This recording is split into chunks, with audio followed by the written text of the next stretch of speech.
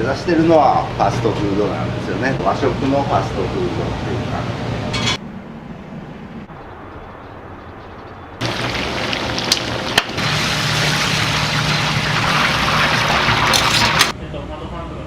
いやいや、もう2人だけです。2人ですから。毎日みたいな。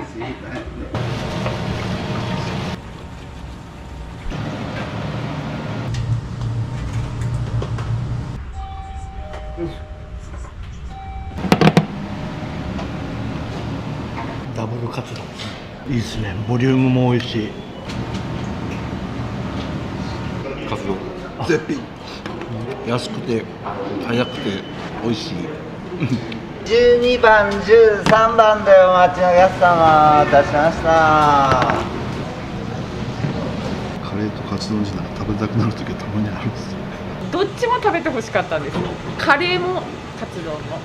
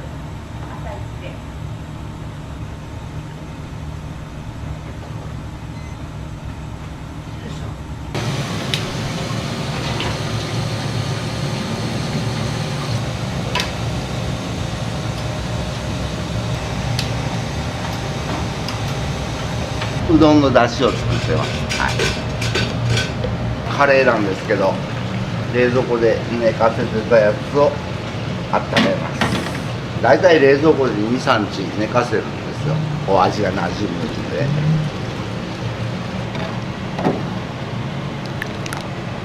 何食ぐらいいつも昼カレーは？その日によるんですけど、30食から50食の間ぐらいですかね。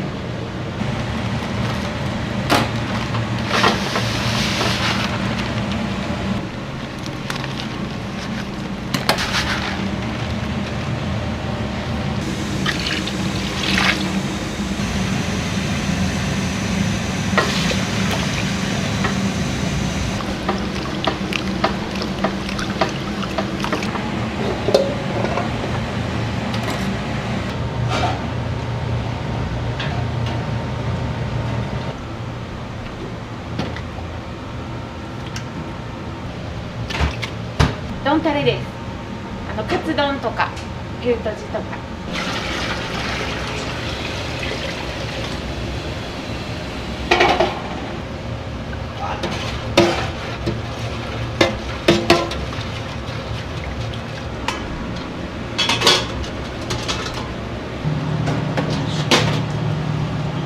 早起きです。5時起きです。いつも家のことしてこっち来てます。おばあちゃんですよ、私。で、孫が2人います。そうなんですか。はい。若々しいですね。いいえ、テンションがですね。バターはカレー用に、まずうどんだしを温めてからカレーを作ります。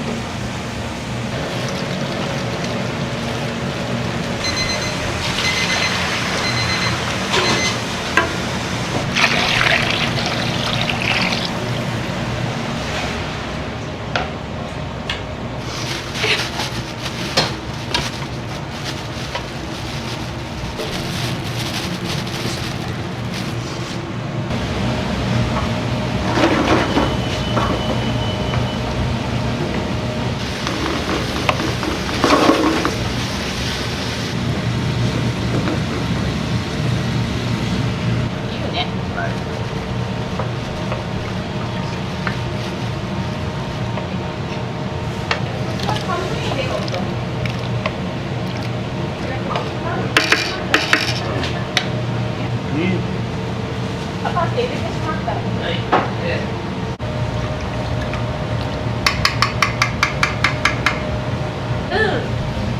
でも私が長崎出身で主人が大分っていうだけで。ね。朝相当早く出てきたんですよね。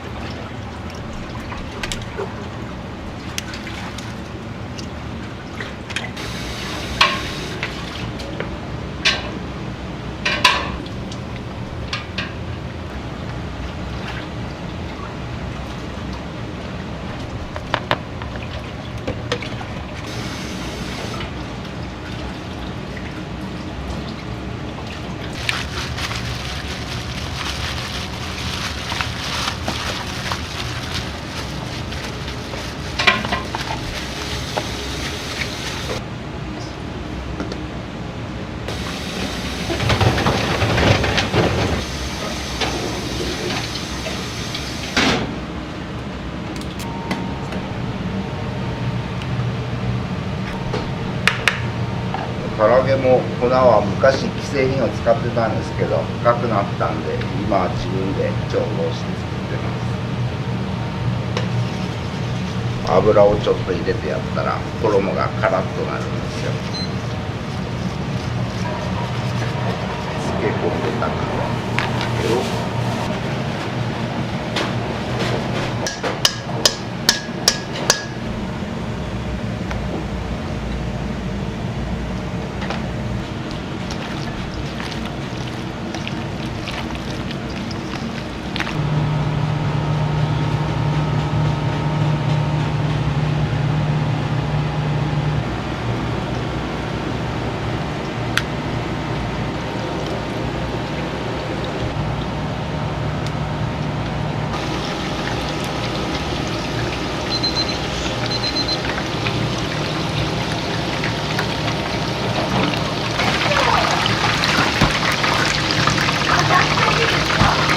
じゃあ、一人でします。注文が来てからもう一回揚げ直して2度揚げして提供するような感じですね。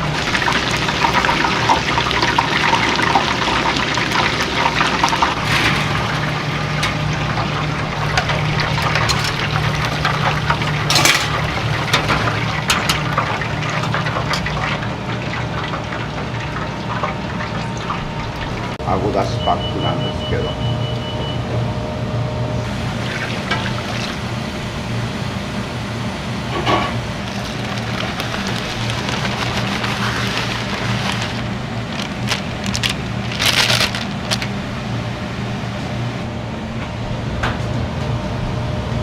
バターとか砂糖とかその他ちょこちょこっと業務用のカレールーを使ってるんですけどこのカレーのルーをちょっと薄めに作ってやって甘みとか辛みとかうまみとかコクとか香りを引き立たせてやるっていう感じでカレー作ってます。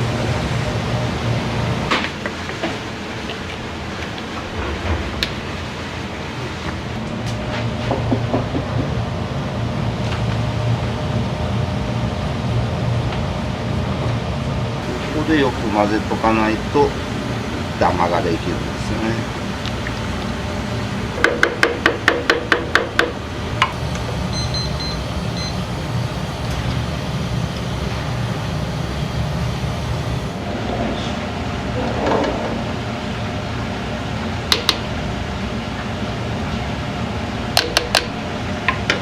ドンマックの由来って何なんですか？まあ、丼は丼とかうどんの丼なんですよね。目指してるのはファストフードなんですよね。和食のファストフードっていうか。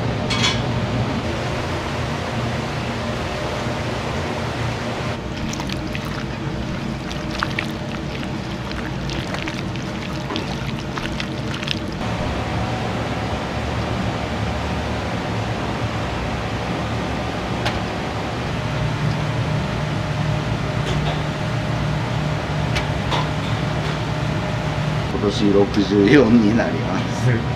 大学で長崎に行って、その時に今のオーナーと知り合ってから飲食の道に入ったんですよ。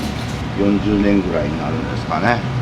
なんでそんなに飲食業が続いたんですか？お客さんからごちそうさまとか言われたら役に立ってるなっていう感じが嬉しいんですかね。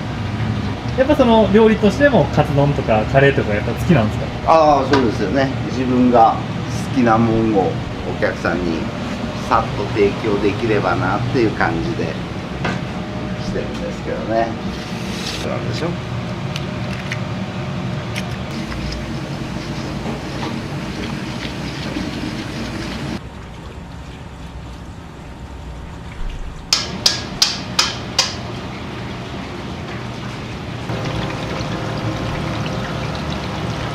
私と家内と朝から晩までずっと2人で。夜までですか？あ、夜は9時までです。人いるずっといますよ。あれじゃあ1日14時間ぐらい働いてるんですか？本当ですか？途中休憩してますよ。はい。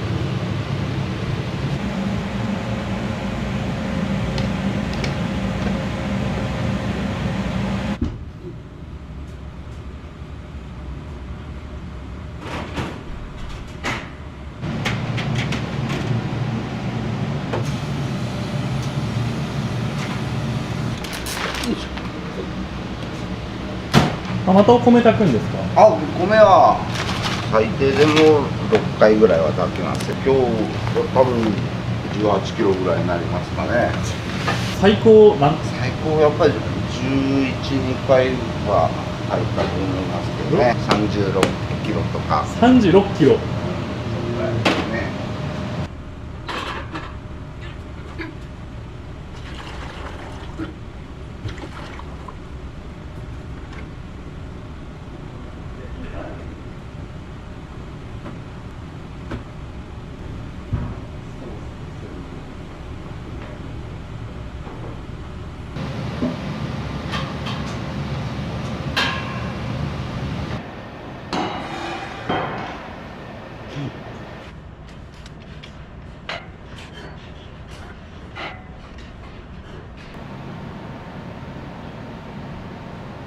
私がマジックで描いたものすごく薄かったのをなぞったんですよ。もう恥ずかしい。もうお客さんこう来るんですよ。これはなんだみたいに申し訳ないと思って字だけでもねしっかりしとけば違うかなと。値段上げてちょっとだけ多く取ろうみたいなないんですか？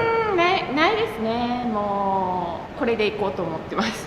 なので人件費を減らしてまあ夫婦でするのもそこかなと。じゃあそんなにじゃあ例えば原価から儲けは乗ってないってことですか？ないですね。まあしょうがないかなってこれで言ってますずっと。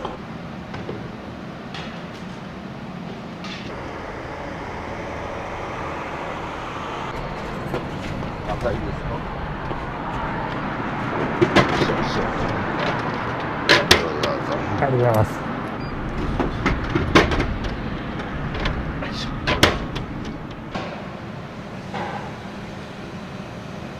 カツ丼とミニうどんとか食べてもらったらうちの味を知ってもらえると思います。カレーも結構人気です。一番よく出るのはもうカツ丼です。その次がカツカレーですね。カレーよりもカツカレーの方が多いです。好みで一味とソースと醤油を、一味は効果の人はいっぱい使う人が多いですね。こんにちは。ケースで買わないとですね。南蛮定食にもいるし、唐揚げの付け合わせとか、パックのキャベツ美味しくないじゃないですか。自分で切ればまとまって取れるし、美味しいし。手作りにこだわるんですか？主人がもうなんでかわかんないんですけど、既製品も使ってるんですけど、ちょっと手を加えて。いやー、なんでしょうね。うちはこれですね。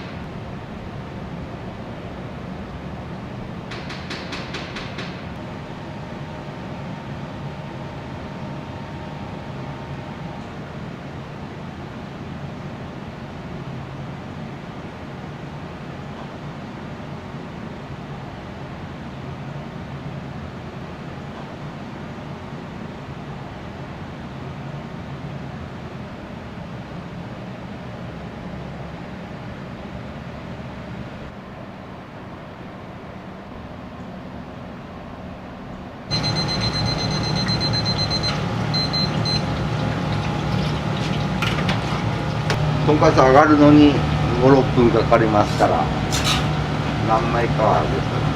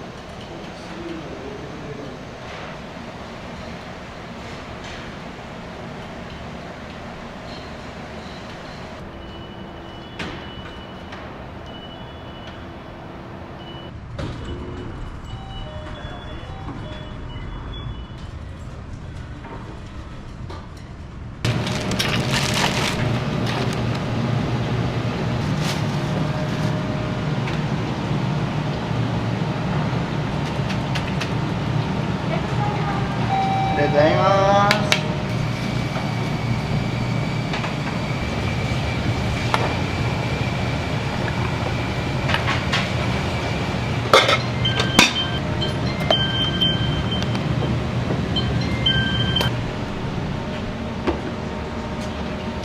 4番でお待ちのお客様、お待たせしました。はい、どうぞ。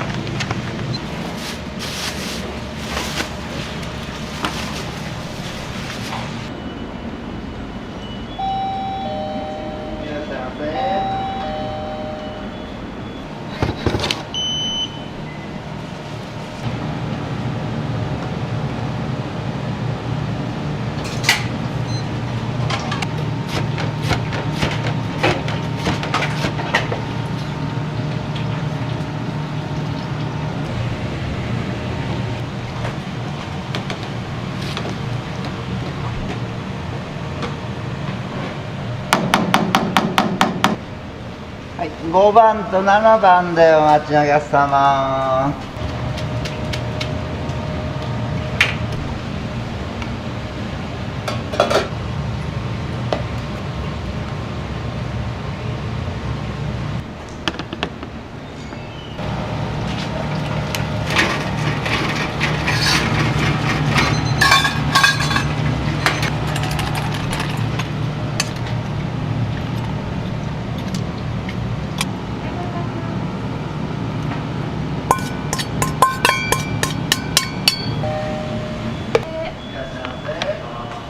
6番でお待ちのお客様、お待たせいたしました。はい、お願いします。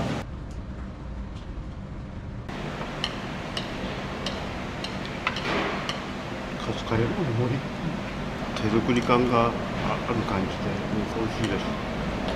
まあ、自分はちょっと辛い方が好きだから、あそこの一味を入れて辛みをちょっと足してやってます。ボリューミーだなって見てて思うんですけど、全然食べれます。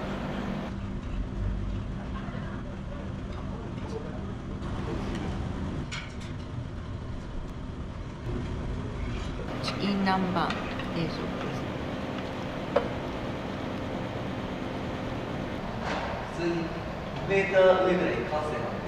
柔らかくて美味しいですね。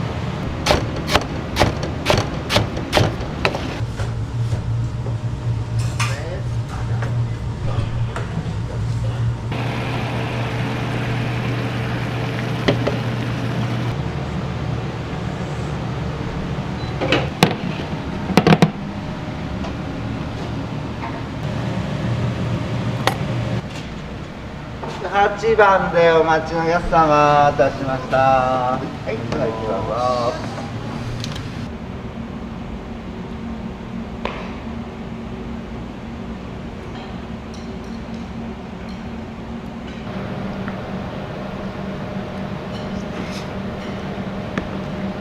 玉ねぎをさせてもらってますね。カレーとカツ丼じゃなく食べたくなる時はたまにあるんですよ。それでやらせてもらってます。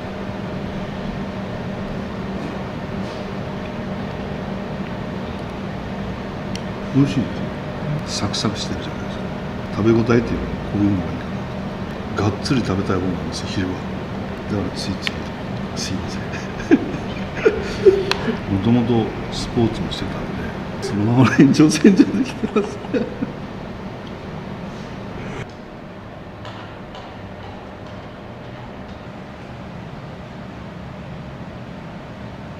っちも食べてほしかったんですよ。カレーもカツ丼も。最初はなんかどっちかっていうと不評っていうか、でも今定食してますよ。結構大盛り A ってあるでしょ。はい。大盛り A は大盛りカツ丼です。30円増しで。 30円なんですか。 30円増しですよ。だけどお得ですよ。むちゃくちゃもうしっかり食べれますもん。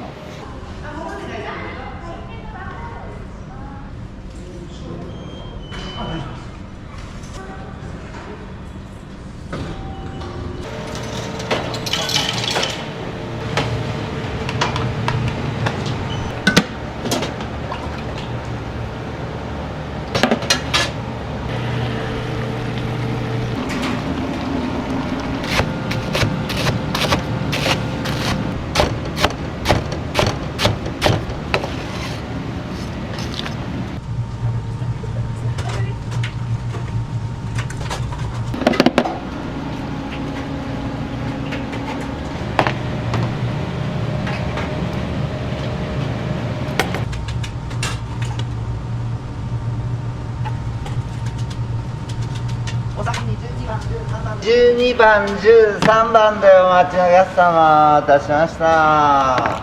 普通のダブルカツ丼です。はい。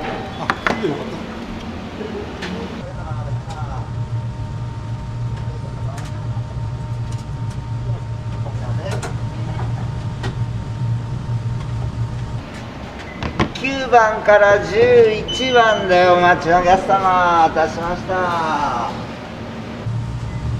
9番から11番でお待ちのお客様、11番でお待ちのお客様。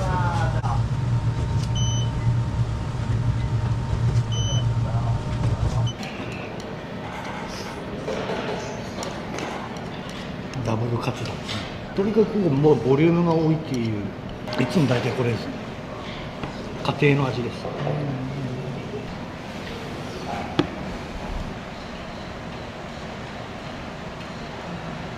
今昼休憩で会社の先輩といいですね。ボリュームも多いし食べやすいです。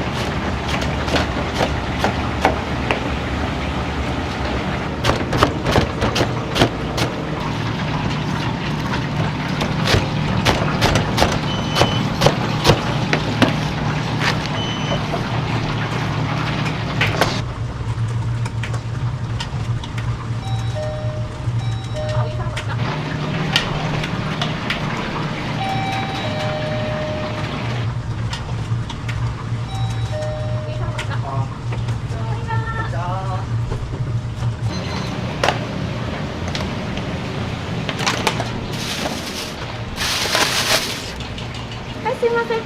大盛りダブルとカツカレー2個と大盛りカツカレーです。はい、すいませ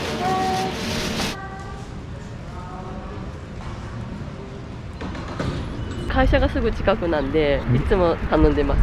カツが安いんです。一番好きなメニュー教えてもらってもいいですか。あ、やっぱカツカレーが好きです。ちょっとスパイシーで。ありがとうございます。すいません。ありがとうございます。いい。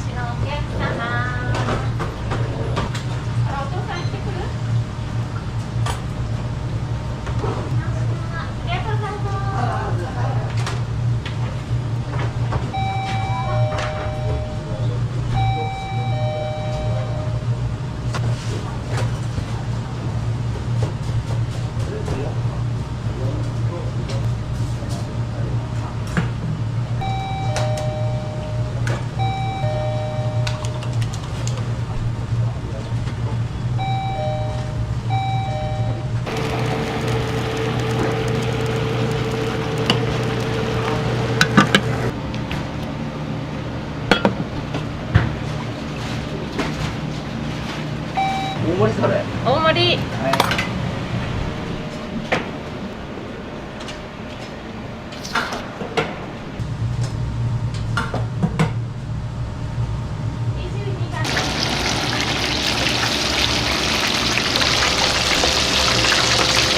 3個に1個ぐらいはカツ丼なんですね。いや、もっと多いかもしれない。本当に1個ぐらいは。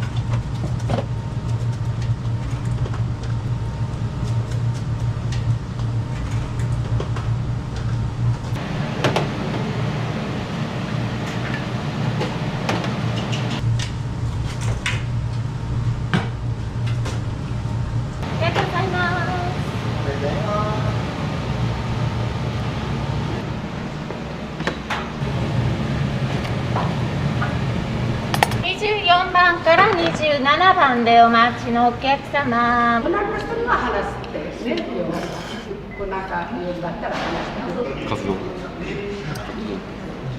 サクサク私の味と美味しいかなと思います。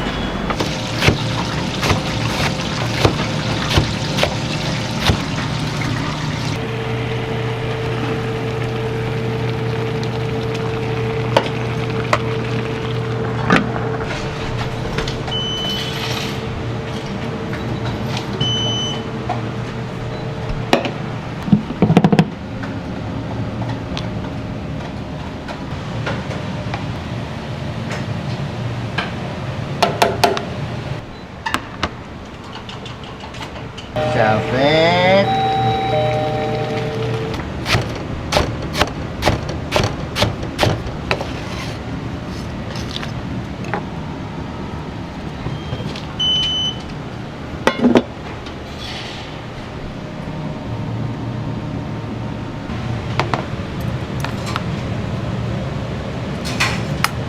30番、31番でお待ちのお客様。はい、すいません。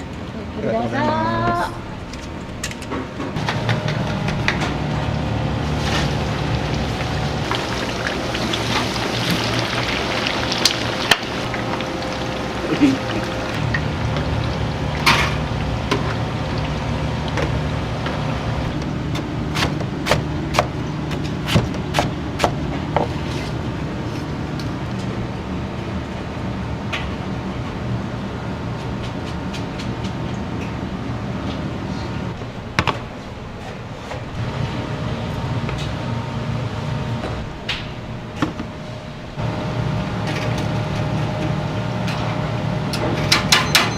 32番でお待ちのお客様。どう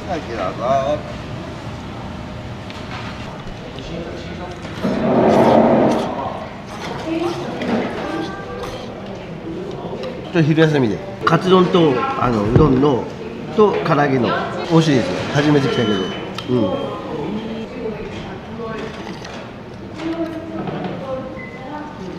本日の定食って何なんですか？こういうやつを出してみたいなっていうやつをセットで作って、ちょこちょこ変えながら出してます。今までカレーのやつとかサバのやつとかステーキのやつとかしたんですけど、今はソースカツでやってます。お客様。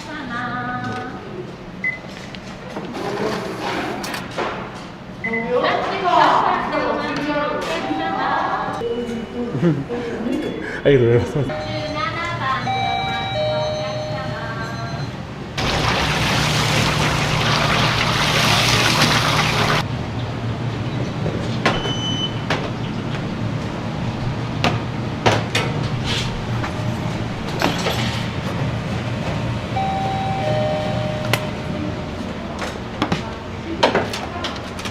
35番、36番でお待ちのお客様。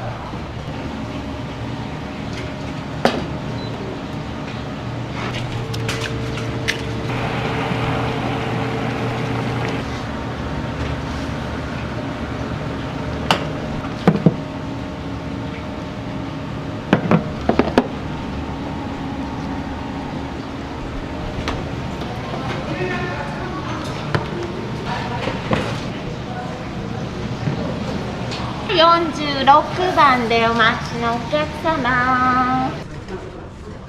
45番、46番でお待ちのお客様。47番でお待ちのお客様。週に1回ぐらいカツ丼とうどんですね。これで760円ですか、はい、作りたての美味しさがありますね。安くて早くて美味しいそれですね。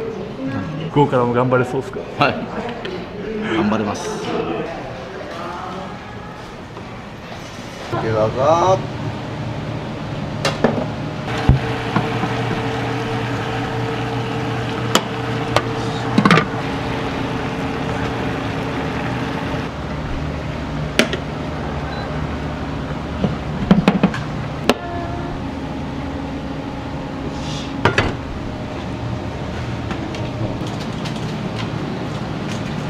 この辺のうどん入れとらんけんと。はいはい。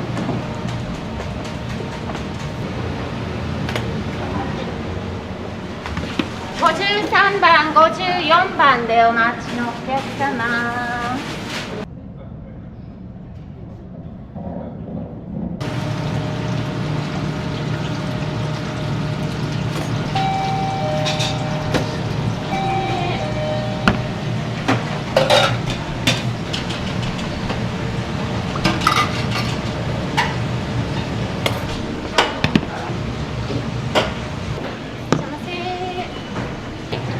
お願いします。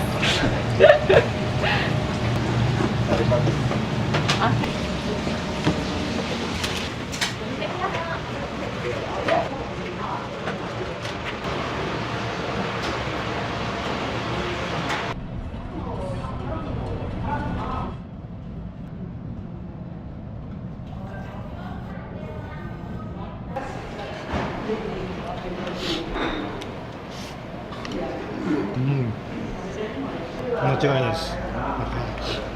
一押しのタレカツ丼にミニうどんセットですね。絶品。週1、2マニアです。通う理由とかあったりするんですか？値段と味。この味でこの値段だったら正直安いと思う。量もそうやし。初めて来る方におすすめされるんだったら、卵入りとその普通のタレカツどっちをおすすめされますか？2つ食べましょう。それでも1000円しない。これ1000円するな。1100円だな。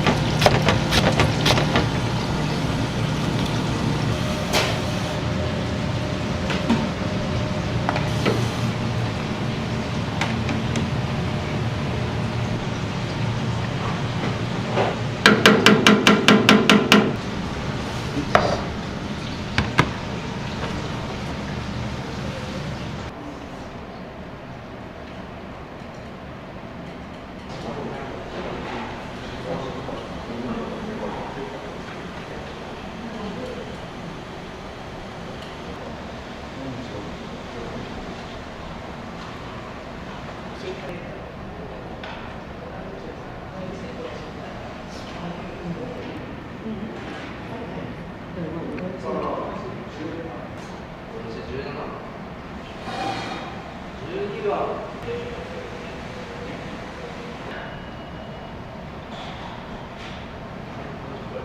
ーター上ぐらい完成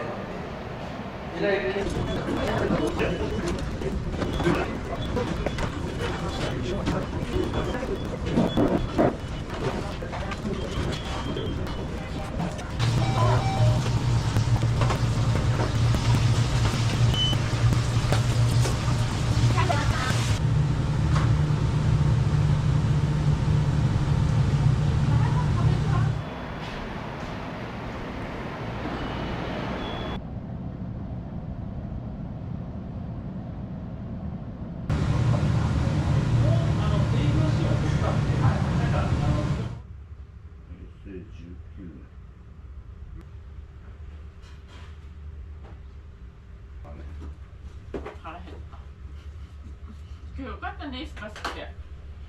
あ、あら。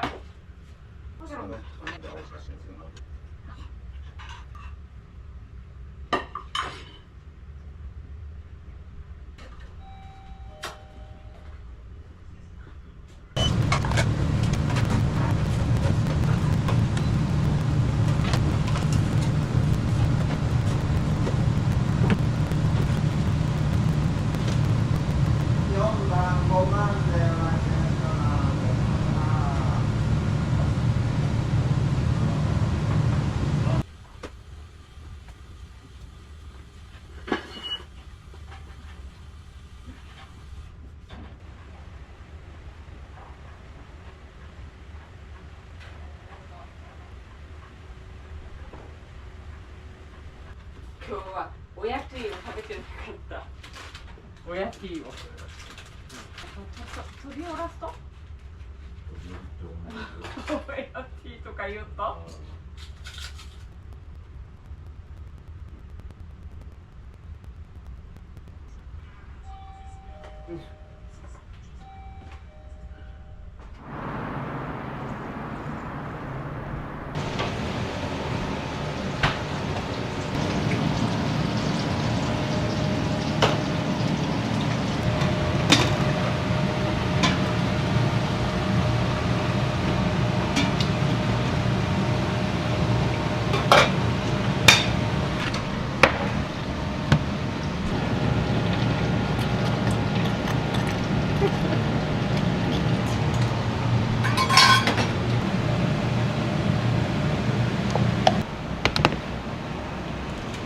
87番、88番でお待ちのお客様お待たせしました。何人ぐらい来客があったんですか？今日は多分140か150人ぐらい。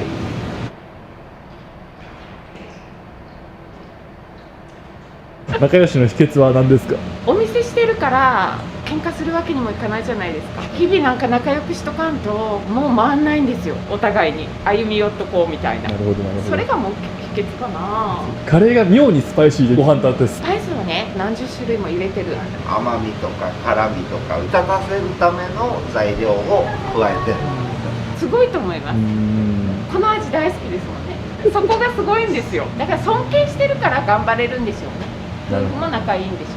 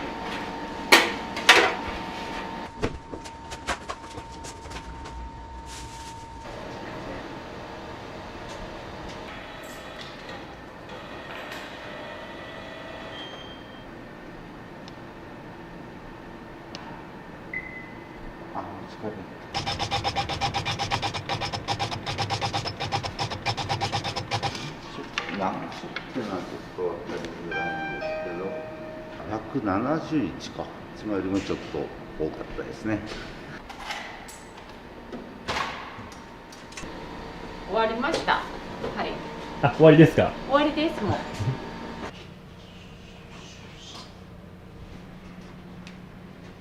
父さんも戻ってきそう。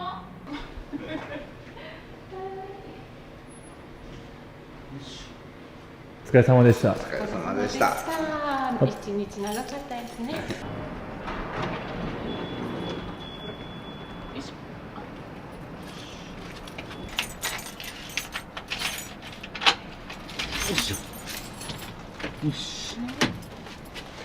お疲れ様です。はい、お疲れ様でした。ありがとうございました。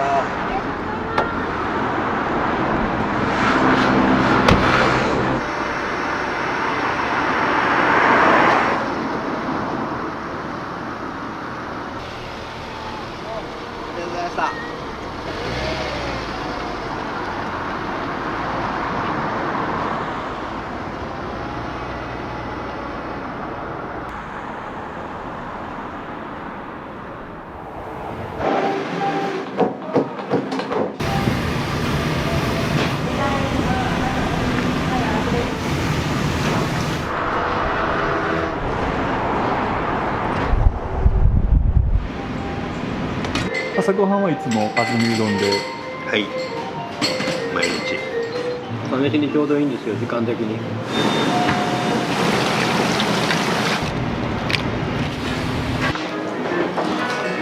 汁を最後まで飲んでしまってますから。大好き。お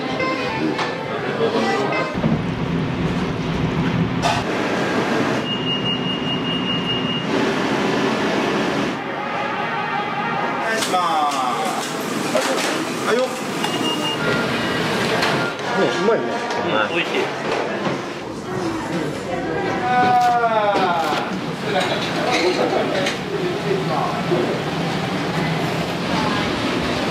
お願いします。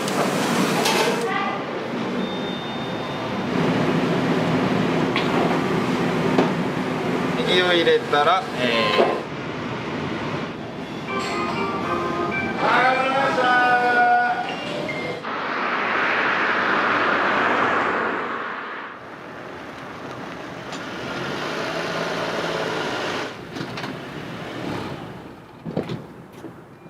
おはようございます。早いですね。鍵開けてくるんで。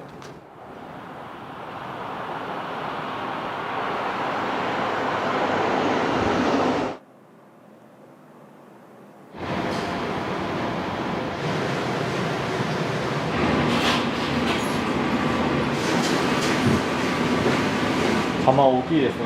釜大きいですね。他のとこより多分ちょっとでかいかなと思います。一応特注らしいです。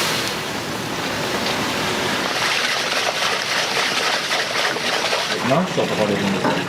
9章ぐらいで、柏が少なくて6章。はい。とんでもない量ですね。土日はもっと多い。はい。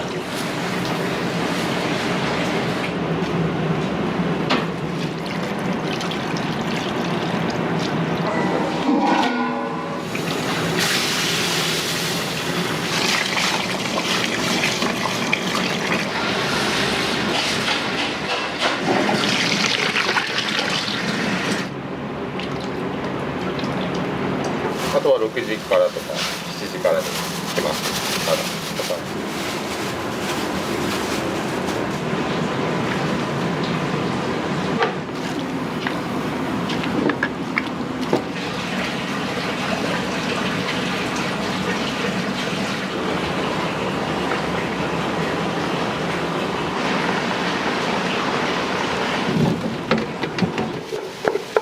今日は何時起きですか。今日は1時20分ぐらいに起きました。はい。いつも何時に寝てるんですか。子供がいるんで11時とかかな。今日じゃ2時間とかです2時間、そうです。2時間半ぐらい。それって体慣れるもんなんですか。いや、この僕が早番するのが社長が休みの時ぐらいしかないんで、週に1回ぐらいなんで全然大丈夫です。結構流れるように準備されてたんですけど、はい、働かれて長いんですか。18からなんで15、6年目です。でも高校卒業してすぐ。そうですそうです。その入られたきっかけとかあるんですか。社長のこともともと知り合いで、はい、こんな感じで。うどん好きだったんですか。うどんは好きでした。そのコロナで売り上げが落ちてきて、朝営業してみようか今始まって2年とか3年とかですか？ですね。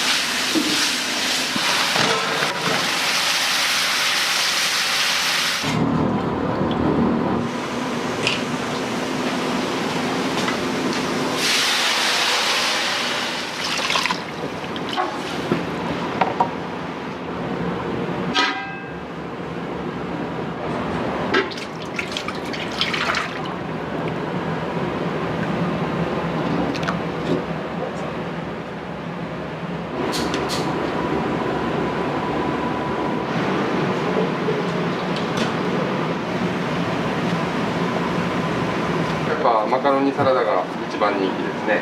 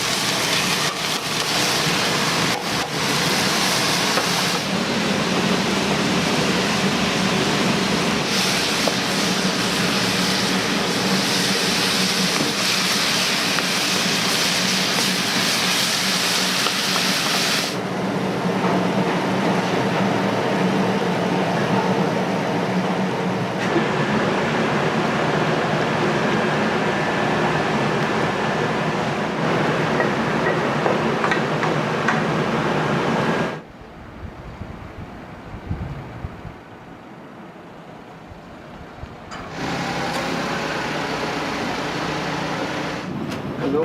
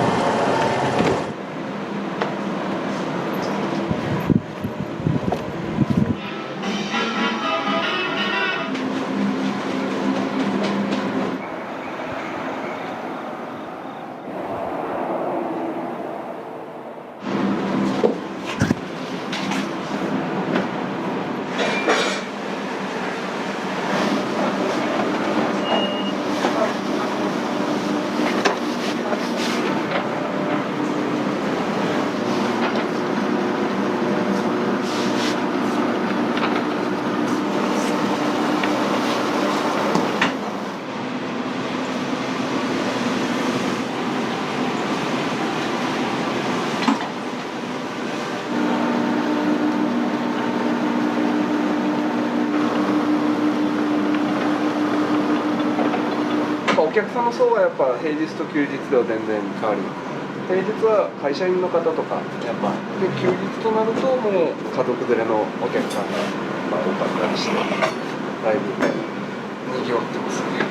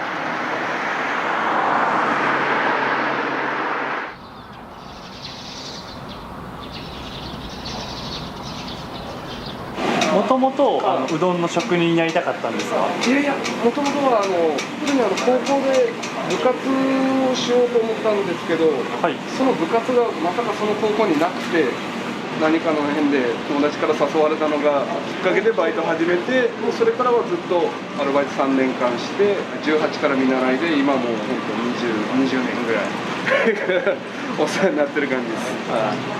やっぱどんどんのめり込んでいくものなんですか？そうですね、やっぱ接客業自体が僕楽しくて、やっぱ飽きないですね。もうその日その日でいろんなお客さん来てくれるし、店の流れもその日その日で違うんで、やっぱ飽きが来ないですね。なんか毎日楽しくやってます。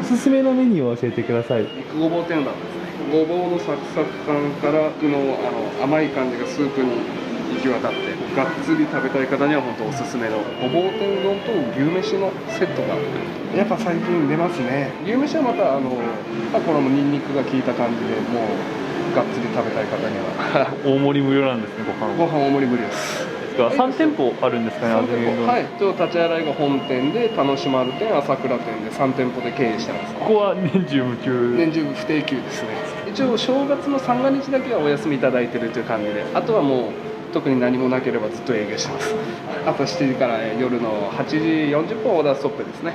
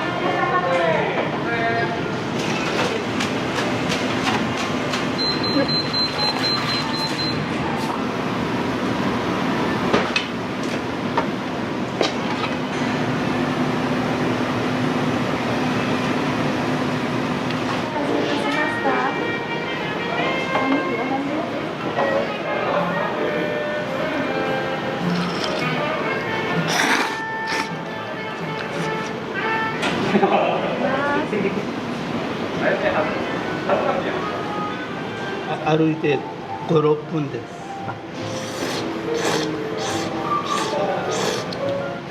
美味しいですか？はい、かけうどんが一番いいです。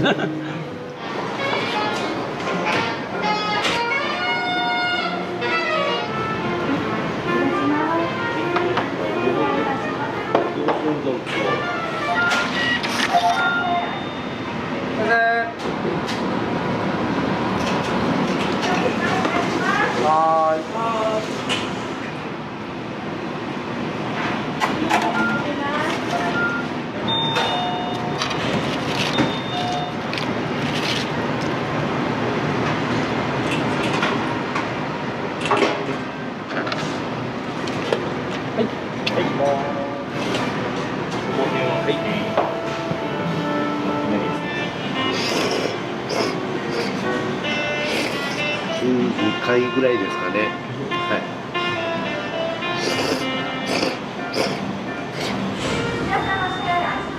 うどん一杯お願いします。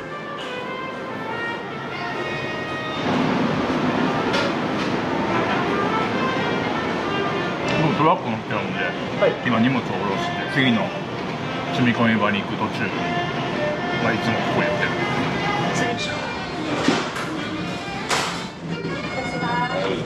私はネギ多めかな。はい。はいですね。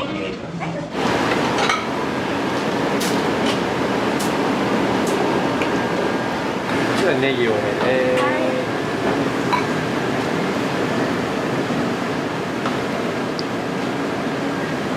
A の3。じゃない、B の3じゃない。B の3。あ、そうね、間違ってる。大丈夫です。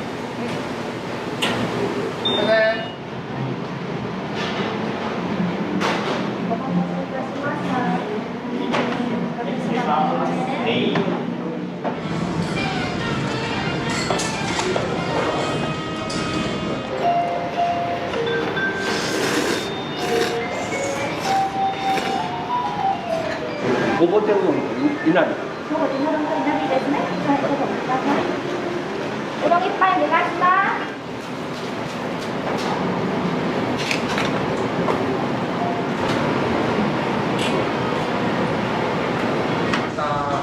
ごぼ天うどんです。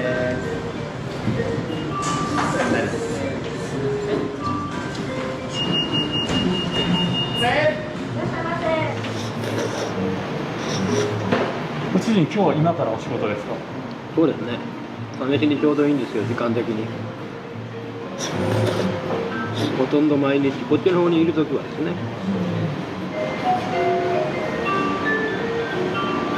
できてます。さあ。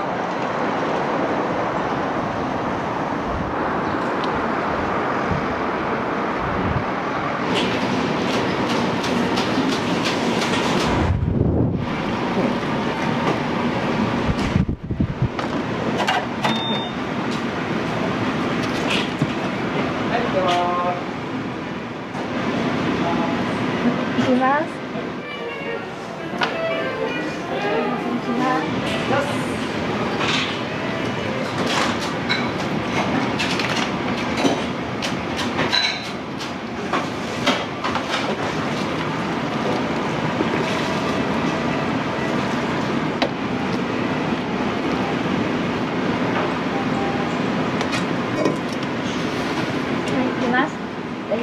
はい。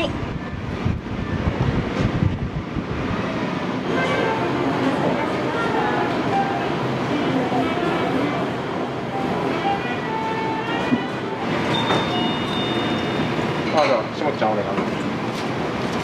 いい。ありがとうございます。ネギの大盛り頼まれる方多いんですけど、はい、結構出るんですか？ああ、出ますね。ネギ多めの方が結構おられます。はい。ネギ多めって何円でできるんですか？ああ、いや、もう無料でしてます。はい。い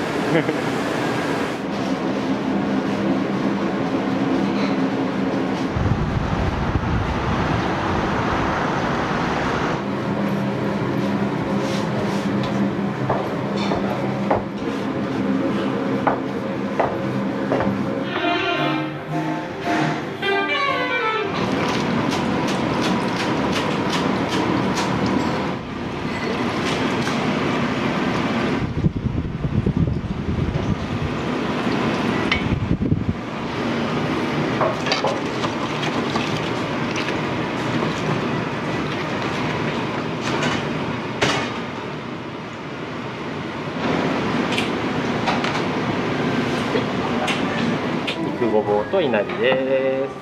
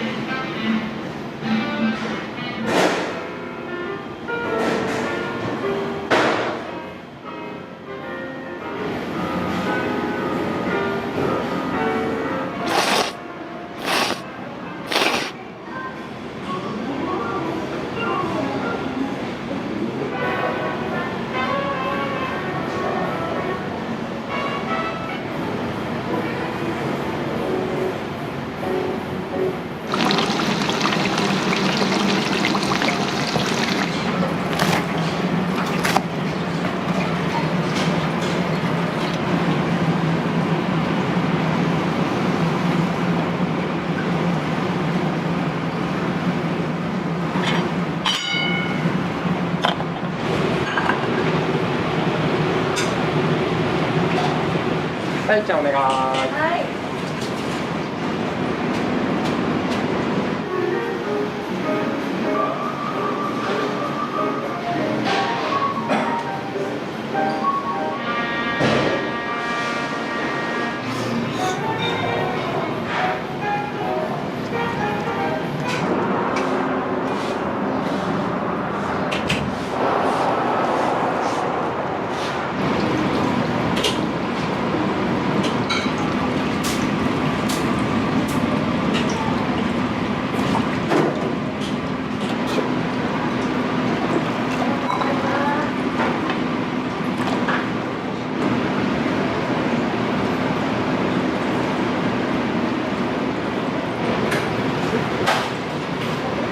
すいません、エビ天そばのネギ多めです。はい、すいません、どうぞ。小芝です。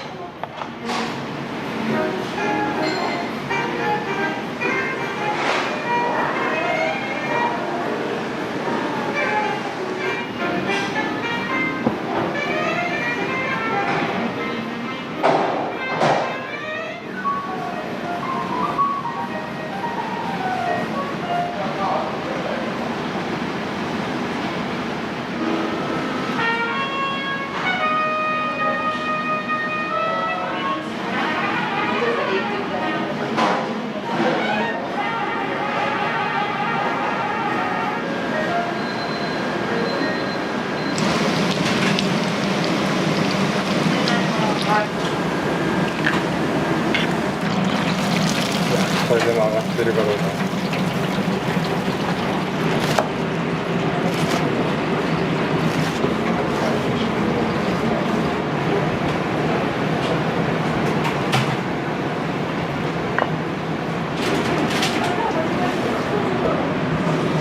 お待たせいたしました。どうぞ。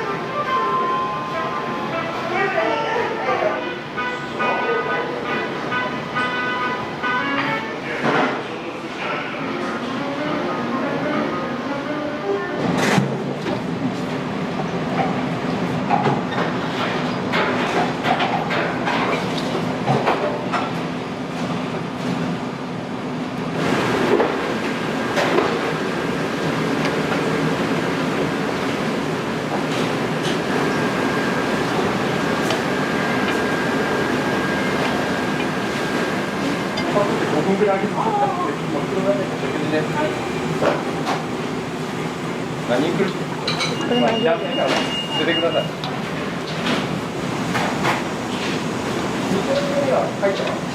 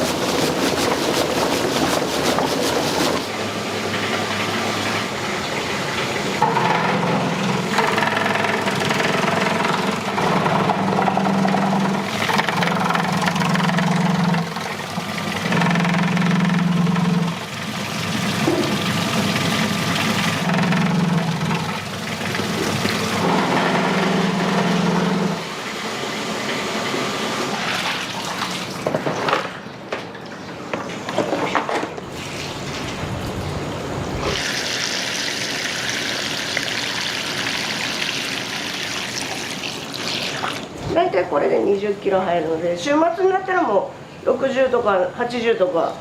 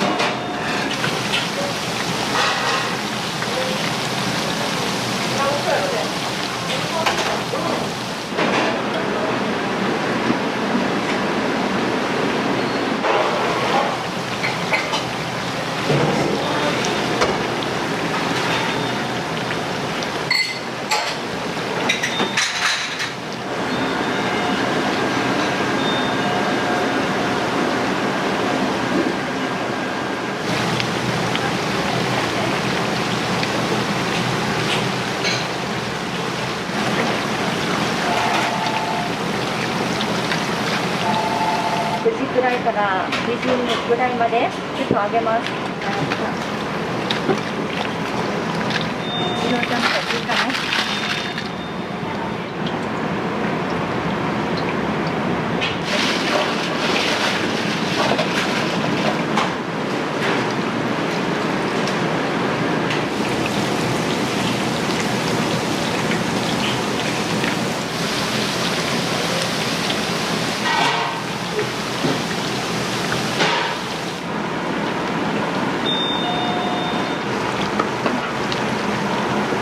肉上がりました。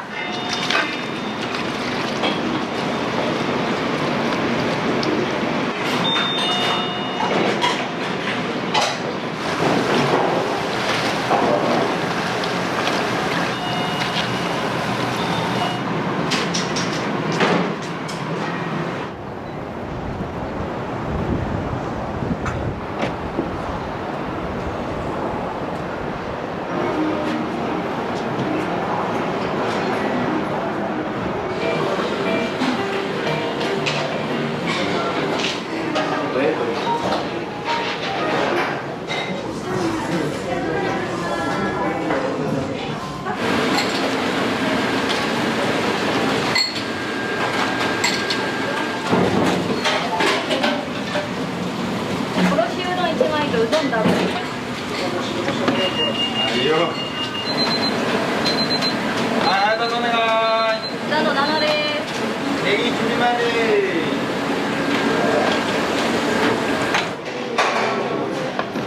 柏のネギですね。どうぞ。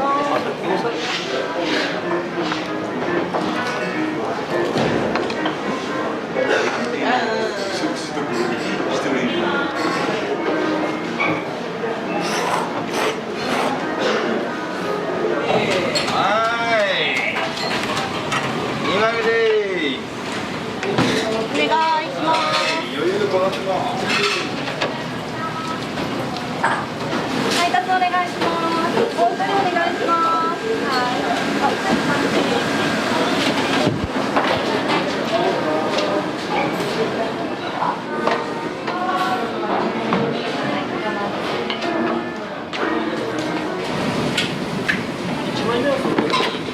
いや、違いな。おろしうどんの豚汁とうどんダブル。配達お願いします。座の2？座の8。座の8？失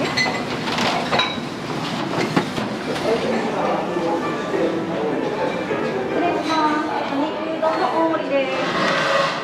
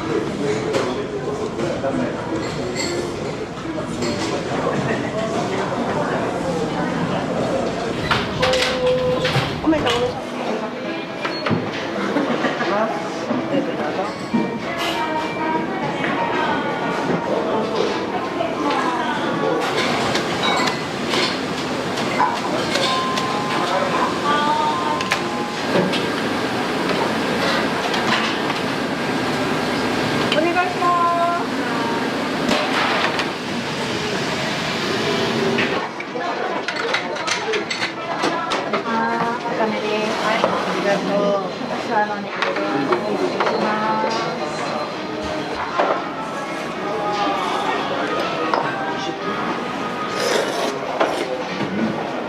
うまい。昆布入れたら美味しい。お店にはよく来られるんですか？半年ぶり。移転したのは知らんかったですよ。貸しやるんやん。空港のとこから来たけど。は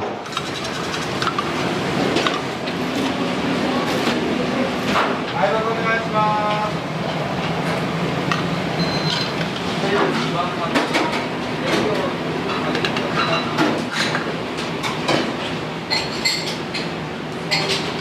はい、大盛りです。あげます。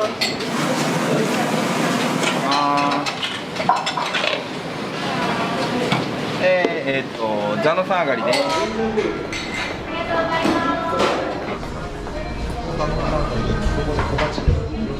小鉢取ってもらって、で、まあ、2つ使うんだったらこれとこれとかっていう感じですね。僕は毎回これをいかに高く詰めるかを毎回チャレンジするんですけど、でもあんまりやりすぎて机の上にボトって落とすとそれはダサいんで。はい、ザナゴです。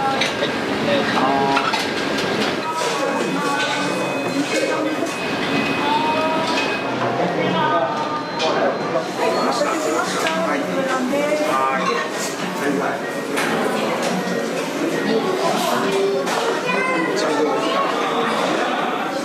週に何回ぐらい来られるんですか？週に2回ぐらい来ますね。注文はいつも決まってるんですか？注文は肉うどんです。使っているスープがとても好きで、汁を最後まで飲んでしまってます。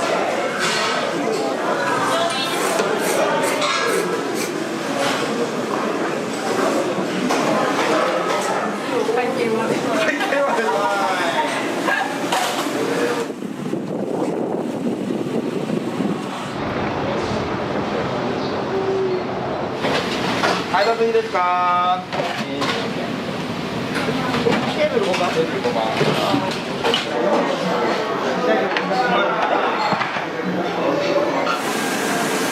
い、例の11です。うどん1杯、山かけうどん1杯です。はーい。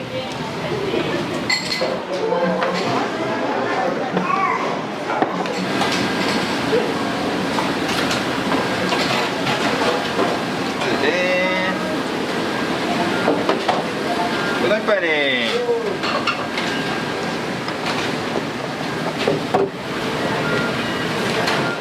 はい、どうぞです。Aの2です。大丈夫です。はい、かっこよくいってらっしゃい。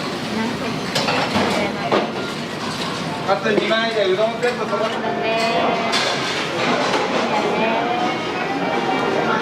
7の2です。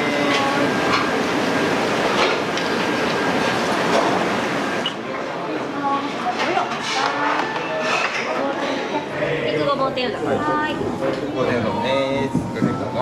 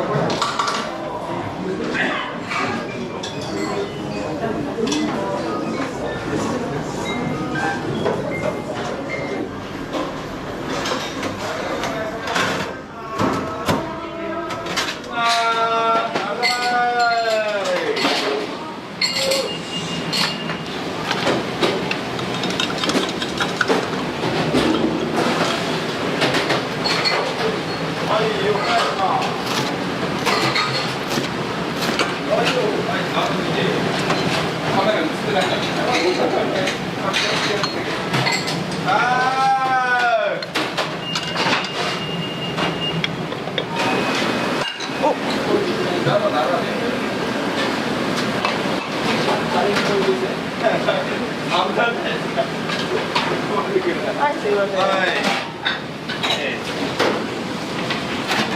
ザの7です。どうぞミニそばで。お惣菜もございますので、よかったらお召し上がりください。はい、ラストでーす。火を入れたら、座の6上がりです。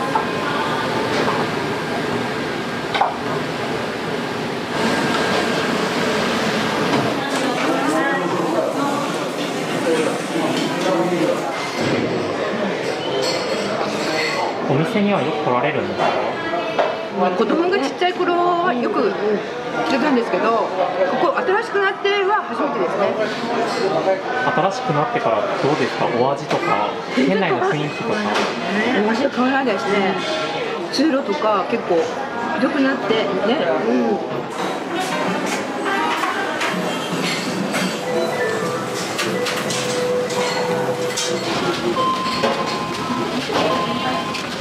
お願いします。ありがとうございます。はい、でカウンター5番様お願いします。はい、レジお願い。ありがとうございます。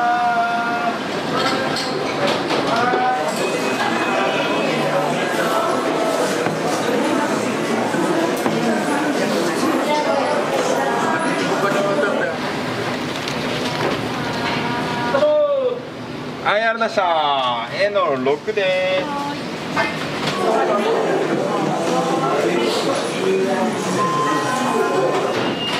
はい、挨拶お願いします。声から入るタイプです。はい、笑顔でどうぞ。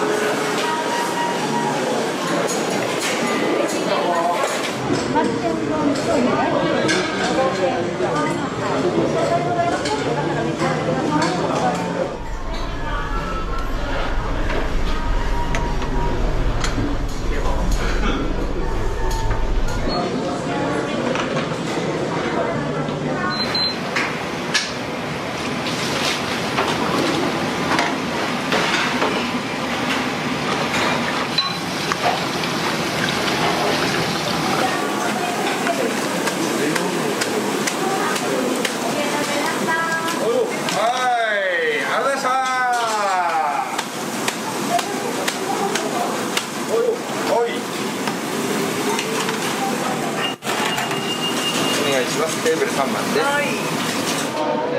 おにぎりとかですか？おにぎりございますよ。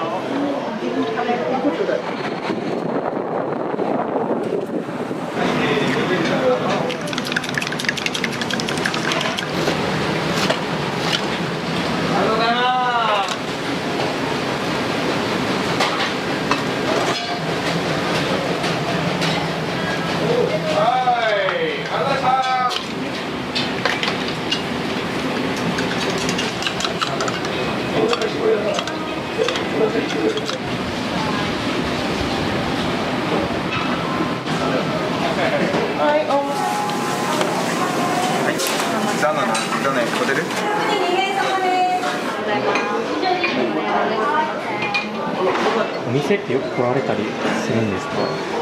ここは初めて来ました。楽しまるか瀬高の方ですかね。じゃあ絶対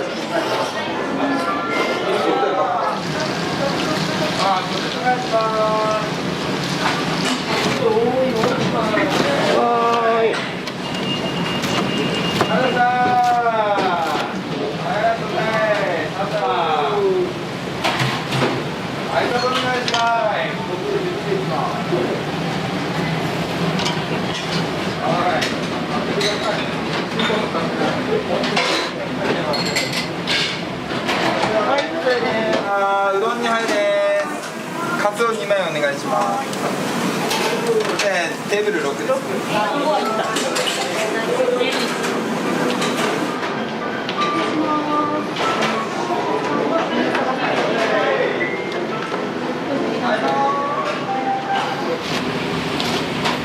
い、お願いします。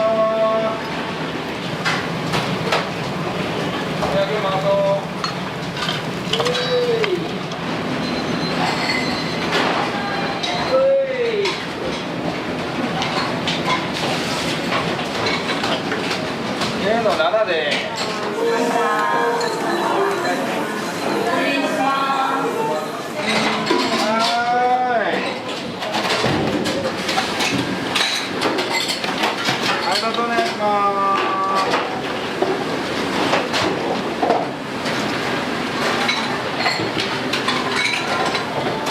いします。テーブル4番です。うどんに入れ。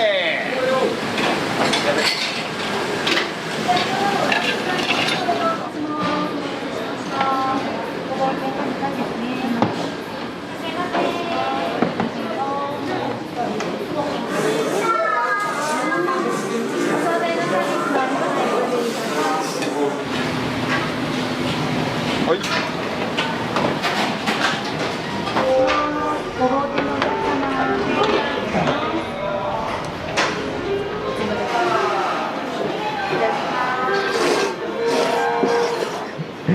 お店にはよく来られたりするんですか？しょっちゅう来てます。もう20年以上あ、20年以上ずっと通われてる理由とかあいやったりされますか？このうどんで育ったんでこれがないとダメです。お子さんももう少し大きくなったらそうですね、一緒に食べたいです。そう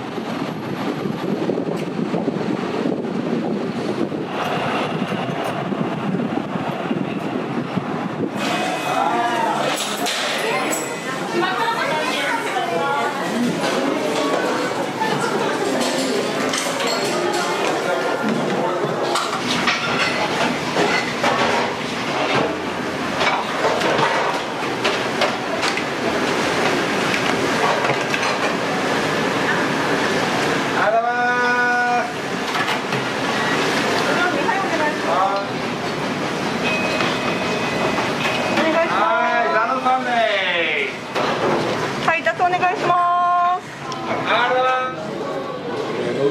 失礼します。お待たせしました。肉うどんですね。失礼します。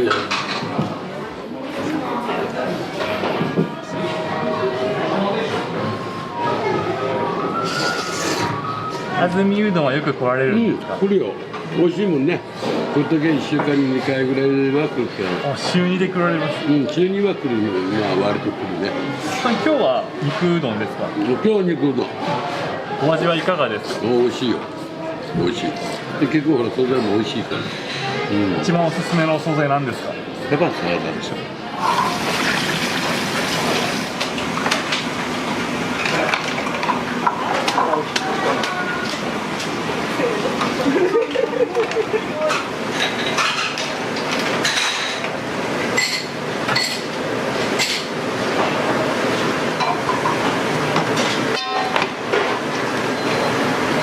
配達お願いします。北の7です。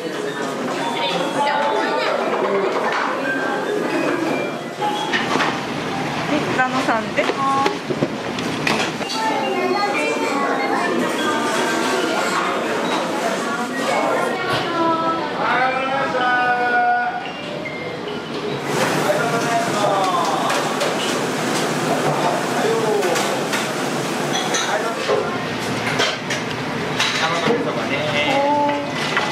はい、ダノン2で。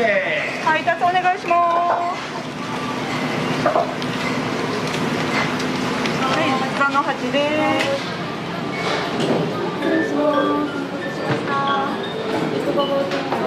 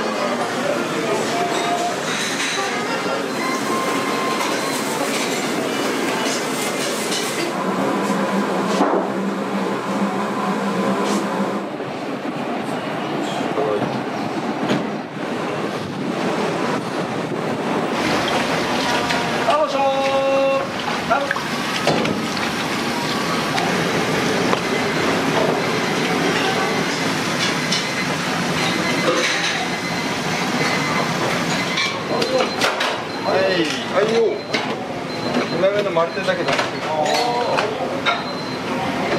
はい、どうぞお願いします。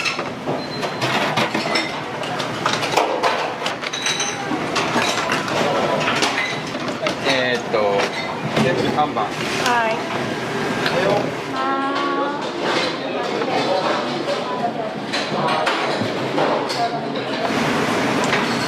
4です。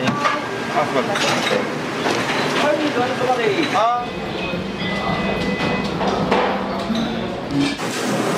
おいよ。おいよ。はい、どうぞお願いします。柏多いですか。A のさんです。うどん4杯、ホットそば1杯です。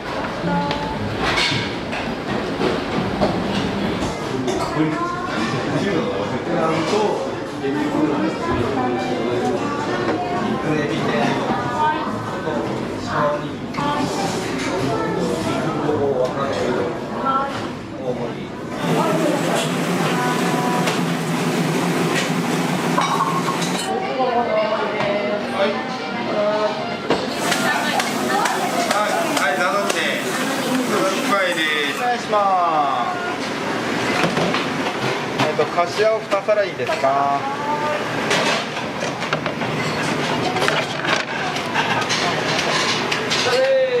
ちょうだい。ザの4です。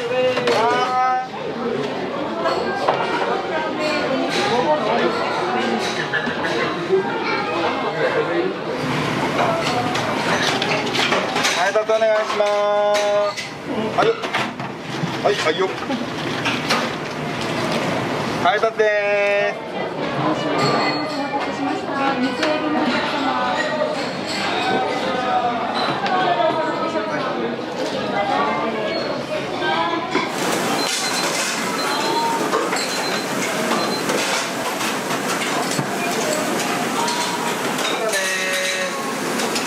お願いします。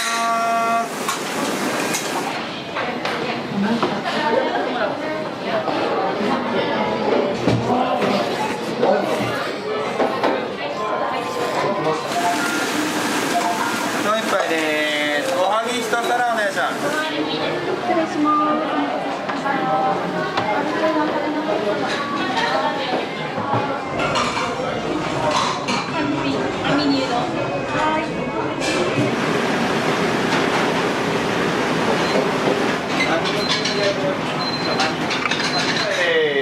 牛めし3番お願いします。カツ丼 A の6大盛りです。4、2杯です。大盛りですね。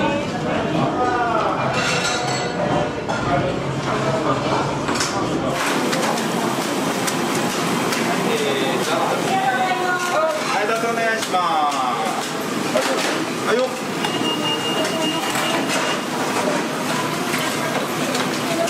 はい、ネギ入れたら A の7です。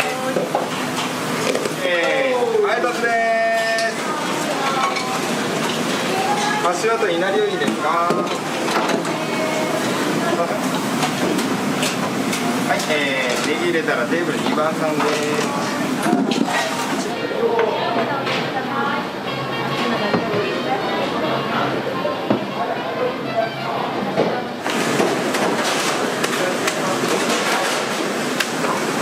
はいよ。あー、A の2です。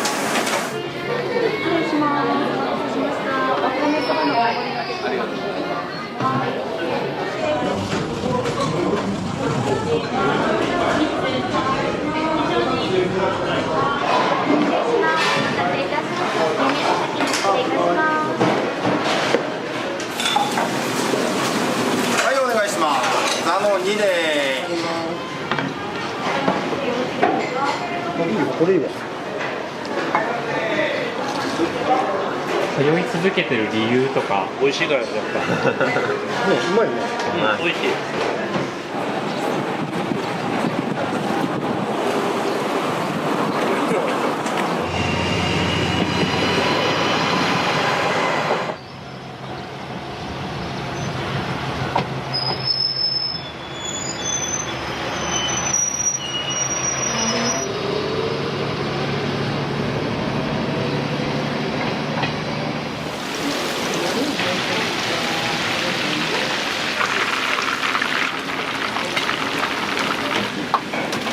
もうサラリーマンしようってあんたうどん屋さんなんてできるかってあんた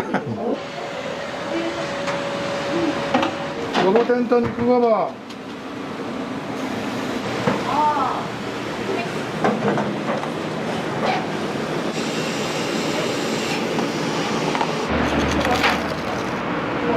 このごぼうはもう最高です。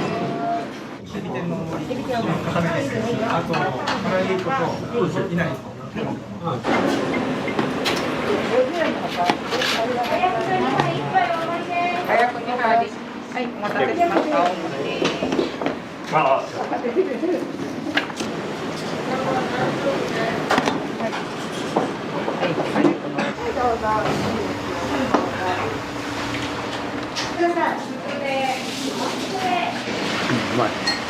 うどんの定食、なんかそんな気がした麺が入ったし、でも種類もあるし。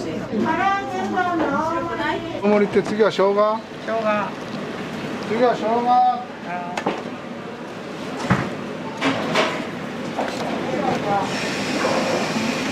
もうお腹におる時からずっと通ってます。おうどんの量がめちゃくちゃ多くて、美味しいね。麺がしっかりしてて。でかいっす。うまい。この店は私の店じゃないんです。お客さんの店なんです。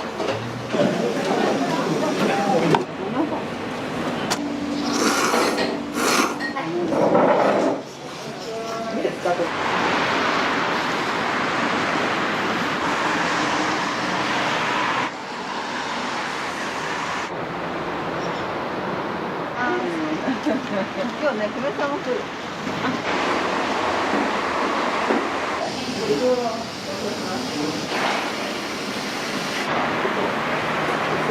こちらが話今日からね、できるだけ美味しいものを今お客さんに提供すると。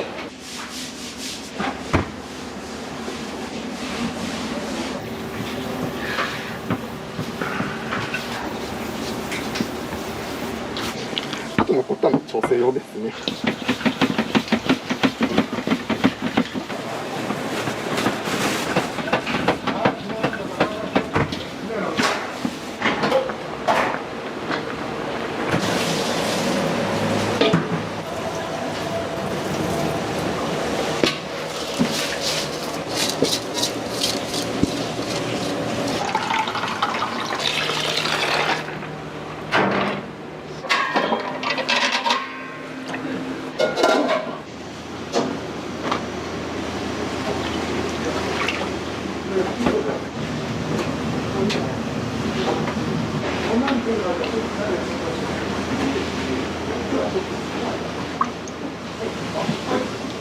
これが大事。国産のごぼう。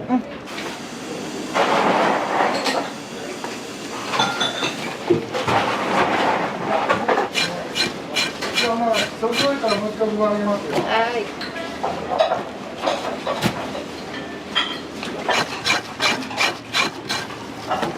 10キロ。10キロです。ほぼ毎日10キロ。皮を剥いて切ります。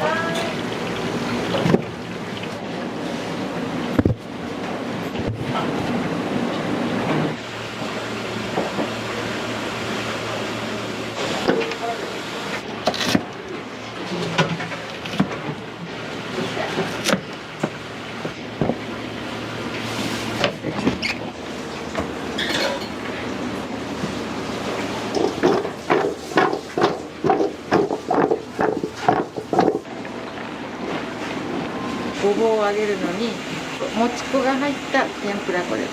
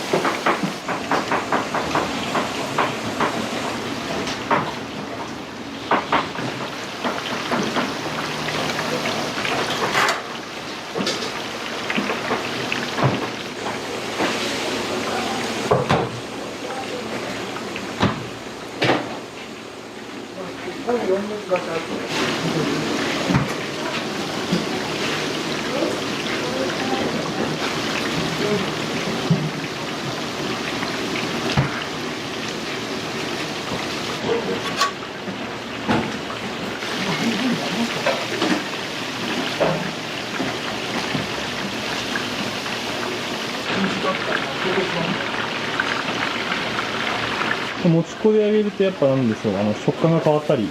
食感が変わりますね、少し。これで1回50本ですね。50本。1回50本で。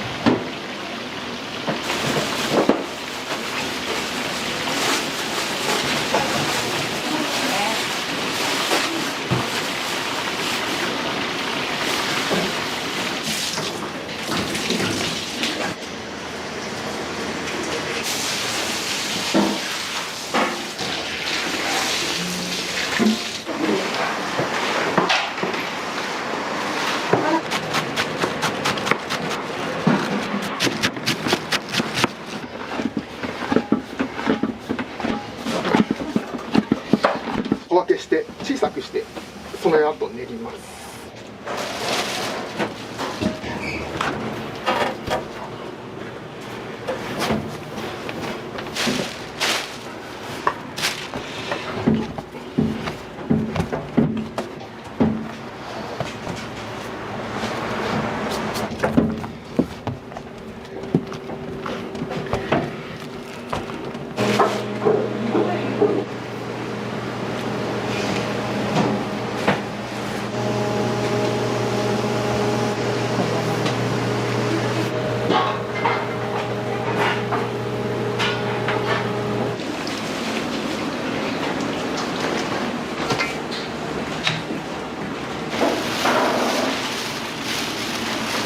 うるめとアジとサバです。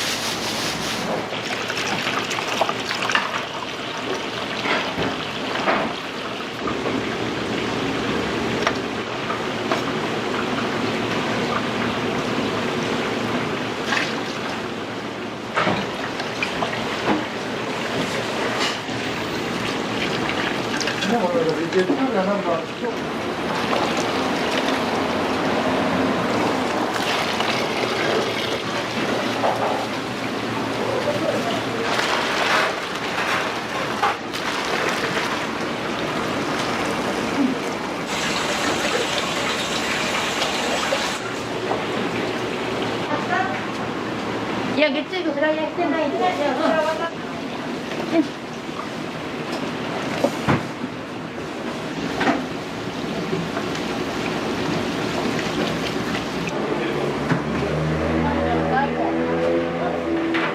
だいたいね、30分ぐらいあります。30分はやるんですね。ちょっと天かすがこんなして浮いてきそうでしょ。はい。ね、浮いてきたらあんまり早くからね一つずつ離すと剥がれるんですよ、衣がごぼうから。ある程度強い火で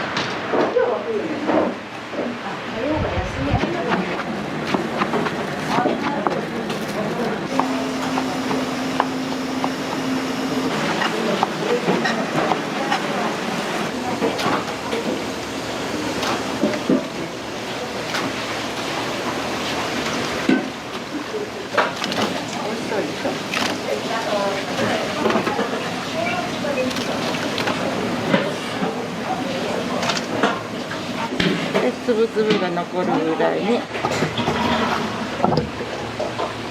まず火が通りにくいこの丸いのから。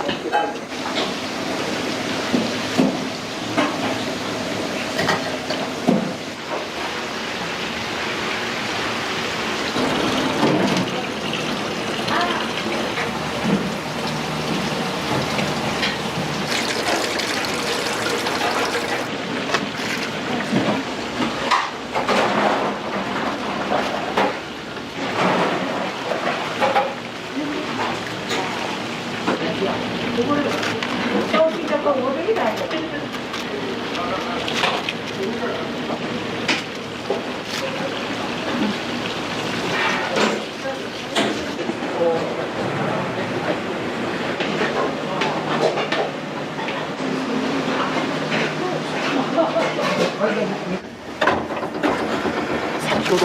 こねたやつですね。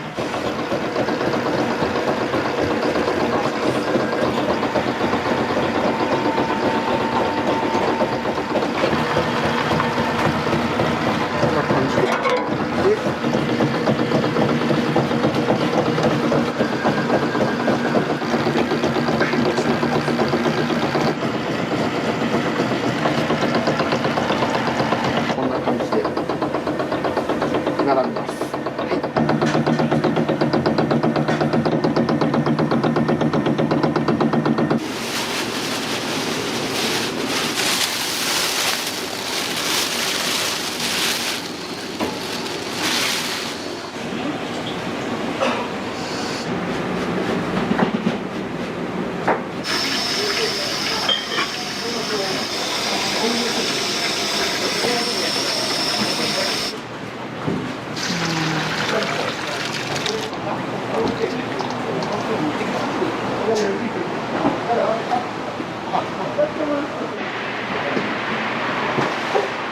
この店は私の店じゃないんです。お客さんの店なんです。だからお客さんがこういろんな人をこう連れてきていただくと、こんなような感じで仕事しとるんですよね。だけど上からこれをしてくるけ、それで一個上だけ洗ってから、まあ毎日するけどね、これは。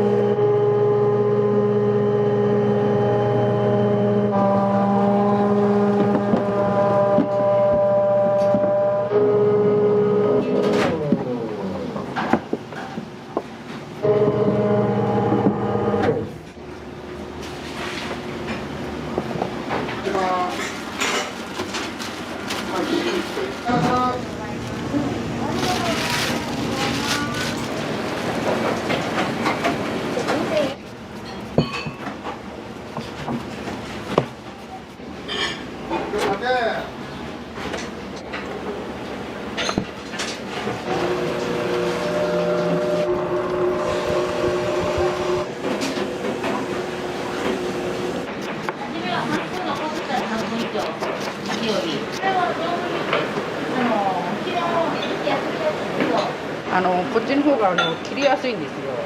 どうしても昆布ってつるんって滑るんで。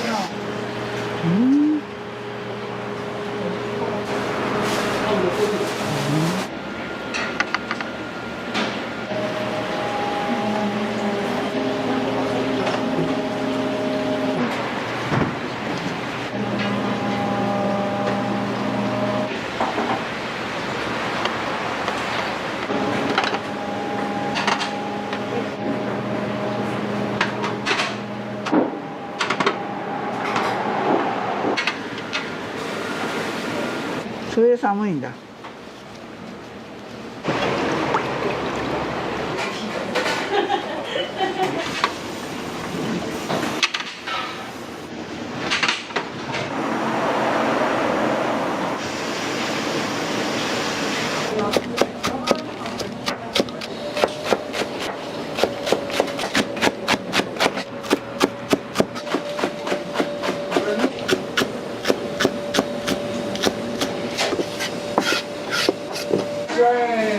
胡椒が30薄く生姜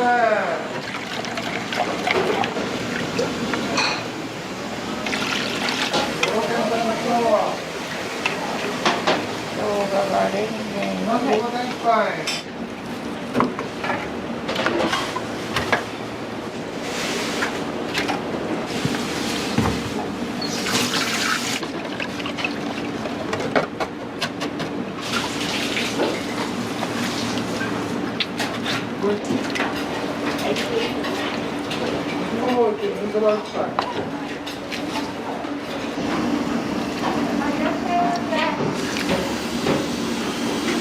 りがとうございます。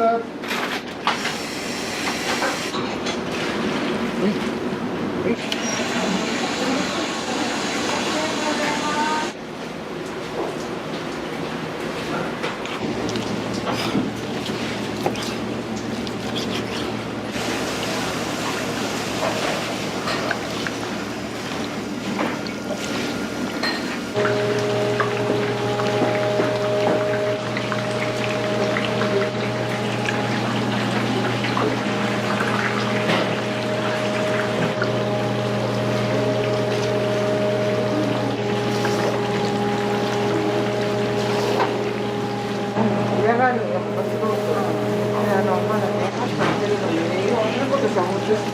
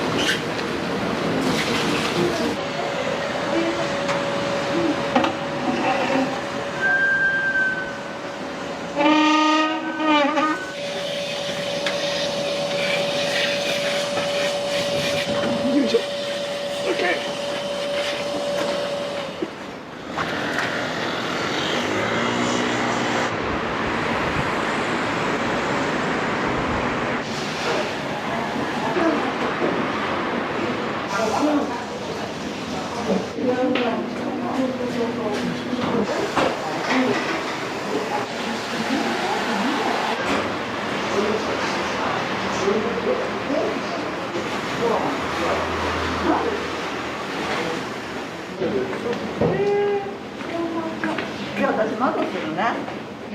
これ後でまた使うとね、洗剤がね。いらっしゃい。右のごぼ天です。右のごぼ天です。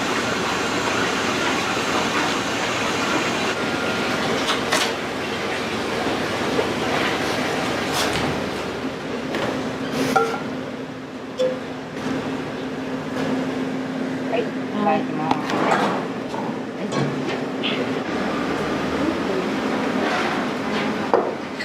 わかめごぼ天にじゃあごぼ天うどんと肉うどんとごぼうが2本ですから、いなりが4つです。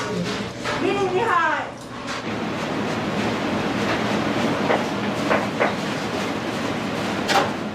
これ2杯からいきます。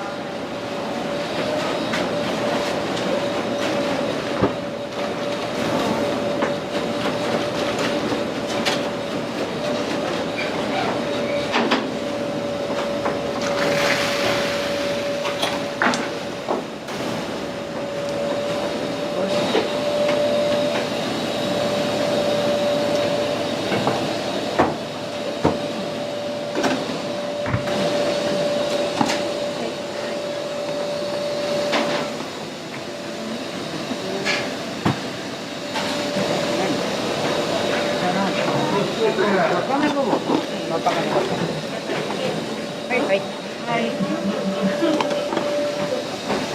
待たせしました。わかめごぼうなんです。はい。はい。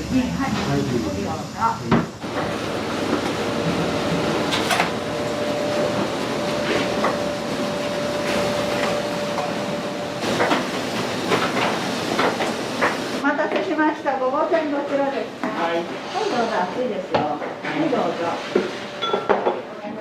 どうぞ、ごま天うどんですね。どうぞ。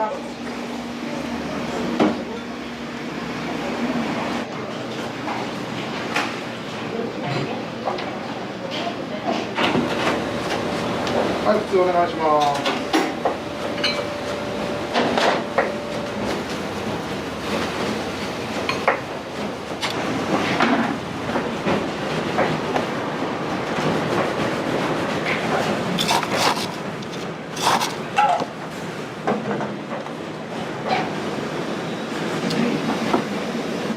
肉うどんですね。はい、どうぞ。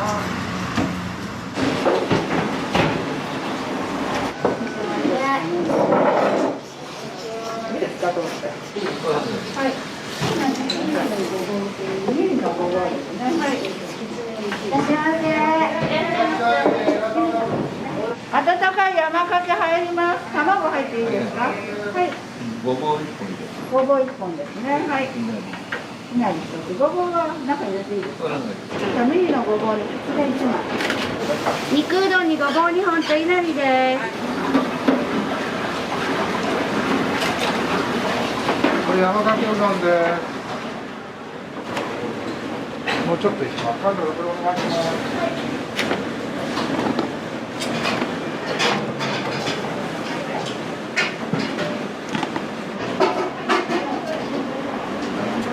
これ見てもらえばダメね。どれですか。肉うどんですね。でいなりが1つですね。ね、お待たせしました。ミリですね。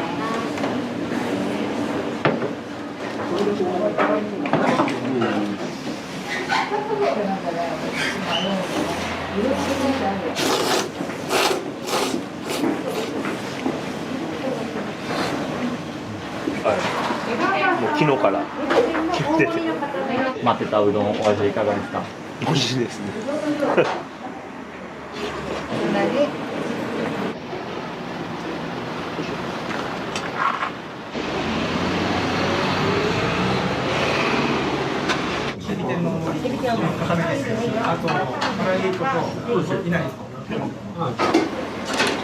これ見てよ、固め。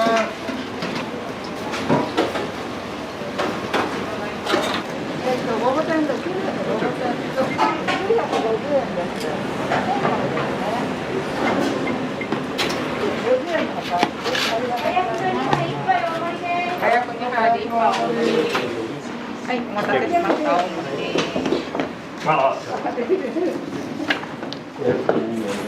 早くが2杯1杯お盛りです。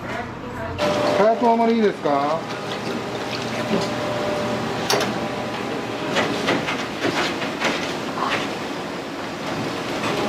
早く大盛りです。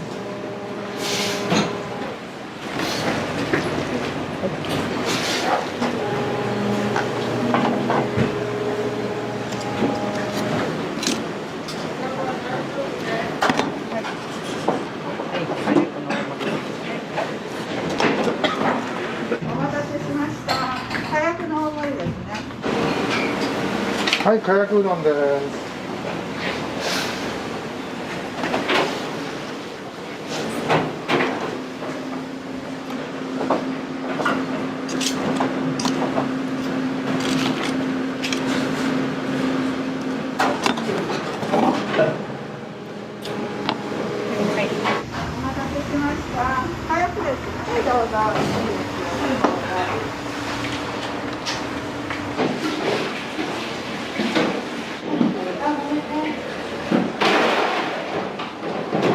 あ、すいません、普通に書いてください。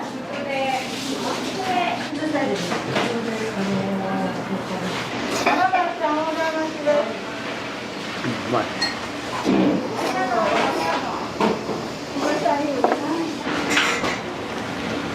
はい、ごボタンお願いします。いらっしゃい。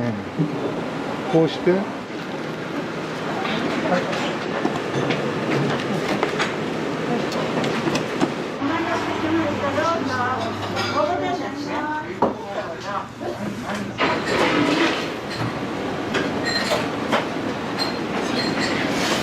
はい、見る。ありがとうございま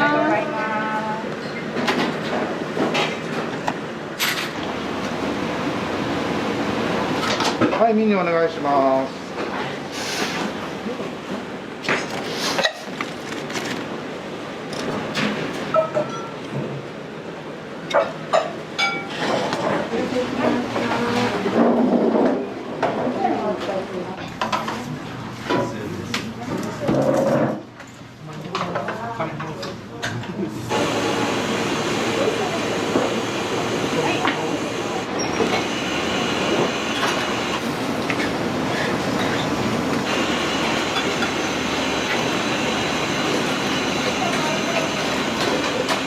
はい、ラーメン。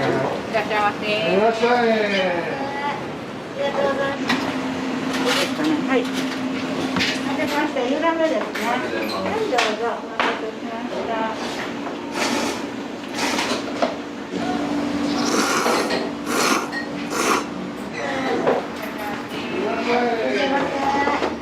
ミニの丸天お願いします。ミニの丸天。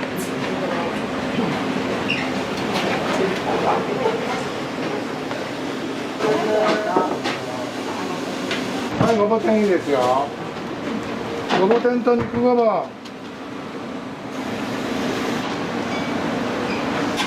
はい、肉ごぼうです。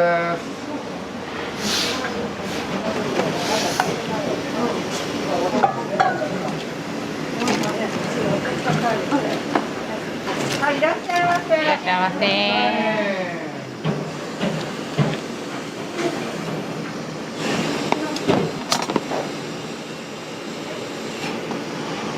ありがとうございます。ありがとうございます。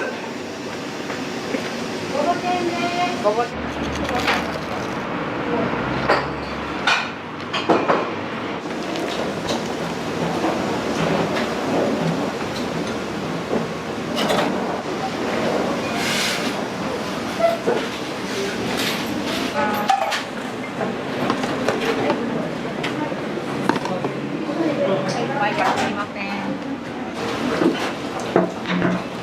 はい、そばお願いします。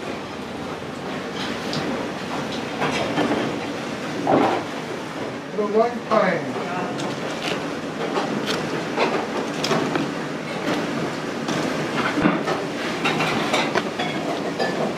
ワインパイ2ね。17番。これミニ2杯と大盛り1杯。これミニ2杯です。はい、お願いします。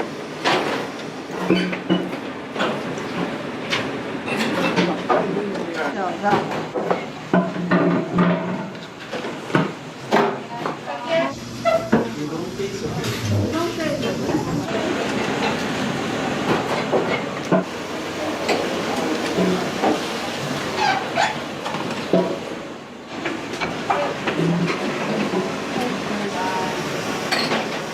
はい。はい、すみません。はい、お待たせしました。どうぞ。はい、どうぞ。お待たせしました。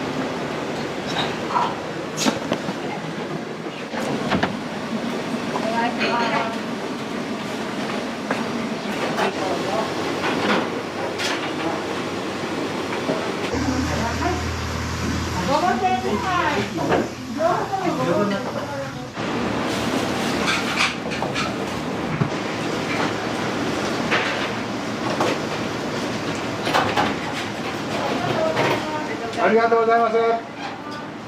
ごぼ天とライス。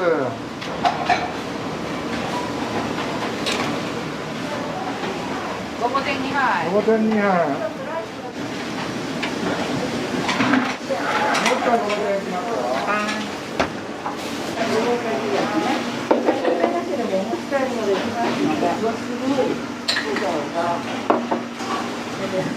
はいどうぞ。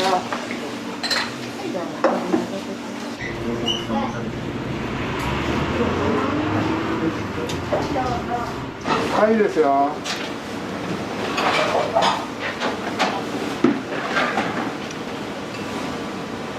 はい、ごぼ天1杯。あとごぼ天2杯。いらっしゃいませ。いらっしゃいませ。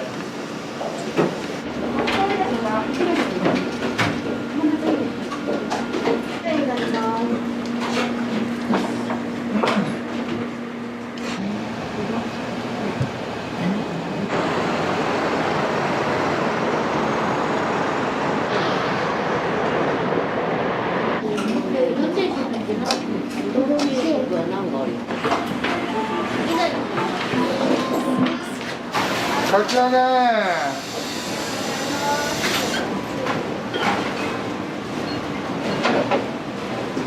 これごぼ天。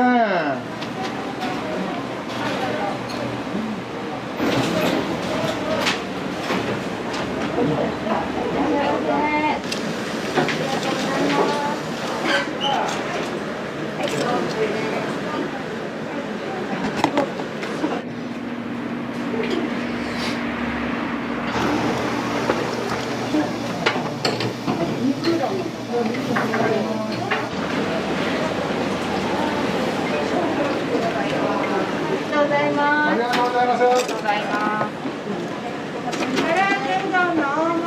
唐揚げの大盛り。ごぼう1本トッピング。定食白とごぼう。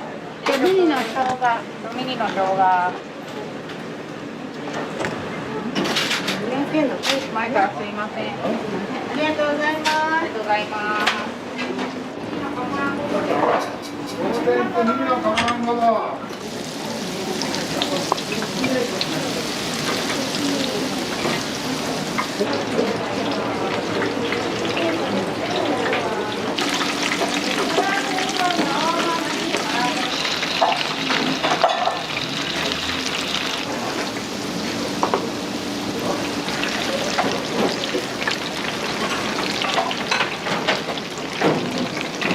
最初のかき揚げ上がり。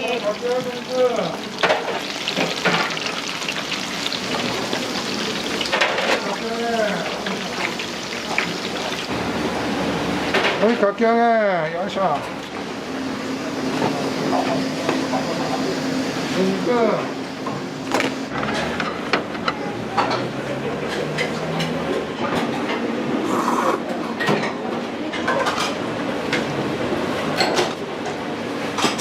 お願いします。ミニ生姜。はい。はい、どうぞ。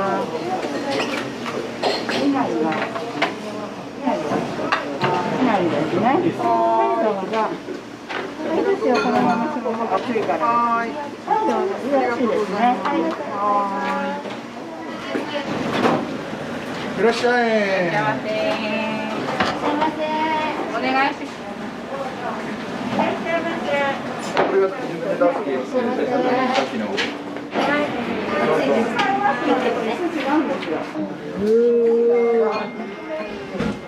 あっち行けね。あ、そうですよ。いただきます。あっち。うどんの定食。なんかそんな気がした。麺が入ったし。でも白いご飯し。白くない？生姜いいよ。じゃあ2人1杯。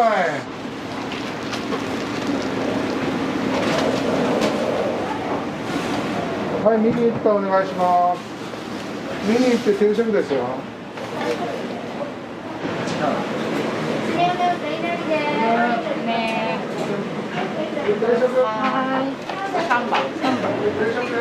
定食。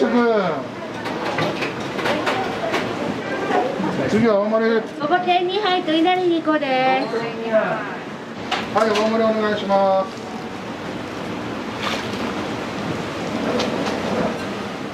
大盛りって次は生姜？生姜。次は生姜。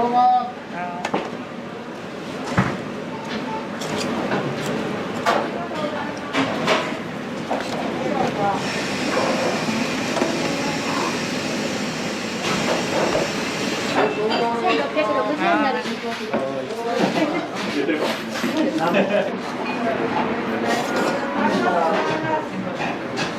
唐揚げうどんです。唐揚げうどん大盛り。大盛り。ボリューム結構ありましたか？そうです。自分2歳からこの量食べてるんで2歳もうお腹におる時からずっと通ってます。終わり？それです。はい。ですよね。すいません、前からお待たせしました。はい。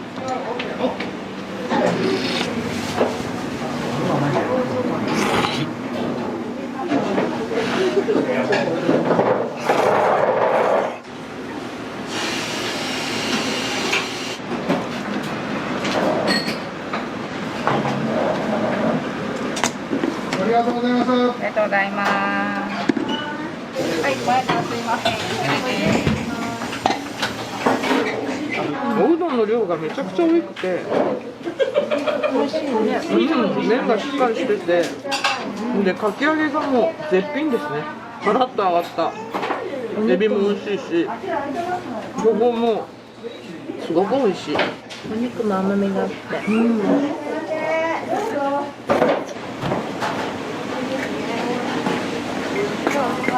830円になります。ありがとうございます。どうぞ。すいません。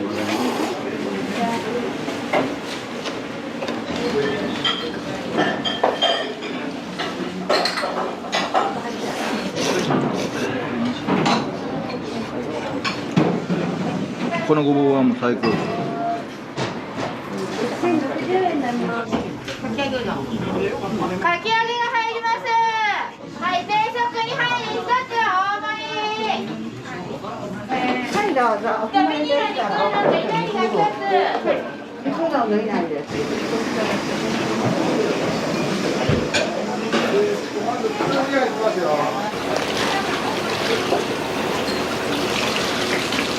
いらっしゃい。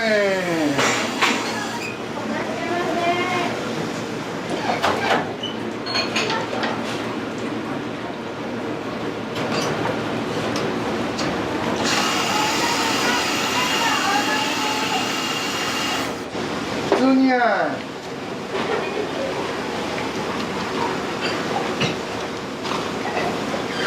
い、普通にあいです。よいしょ。普通にお願いします。鴨なんと肉でいいの。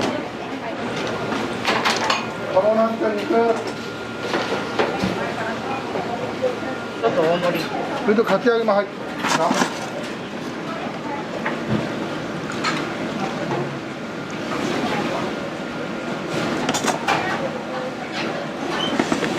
はい、前から入って肉うどんです。はい、すいません。はい、ミニ1杯いきます。ミニ1杯と大人。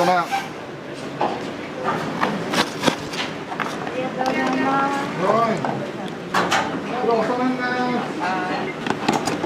770円になります。ありがとうございます。これ細麺肉です。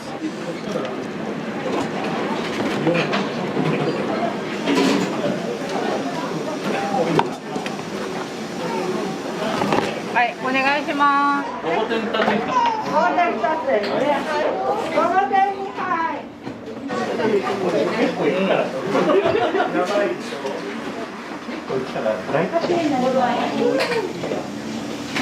でかいっす。うまい。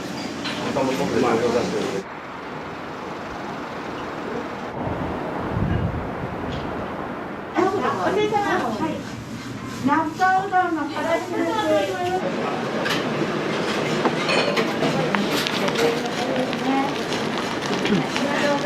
ありがとうございます。ありがとうございます。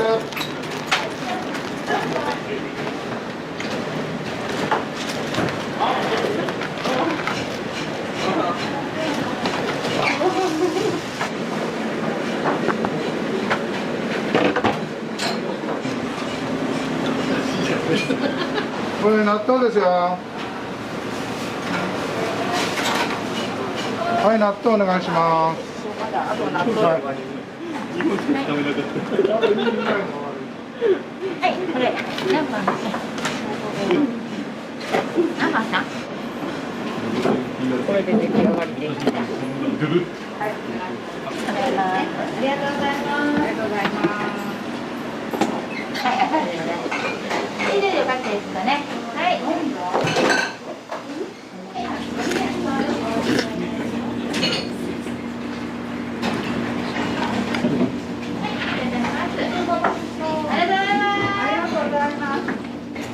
納豆結構好きなんです。納豆好きで。よ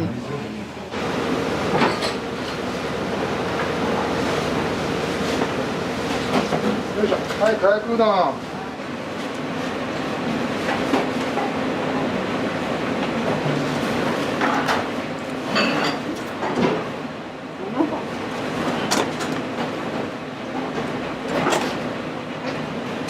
りがとうございます。ありがとうございます。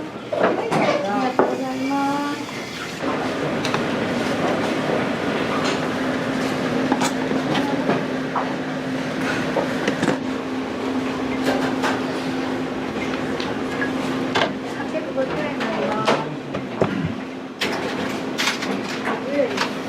すいません、定食です。卵はうまそうっすよ。じゃあ。よ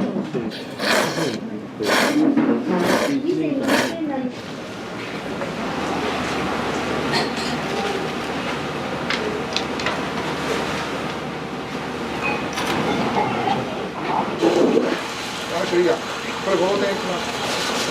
これご飯さん出して。そうだな。これ5番さんの5点、もうちょいいきますよ。はい。これ5番。いいじゃない。そうそうそう。はい、はい、はい。はい。はい、どうぞ。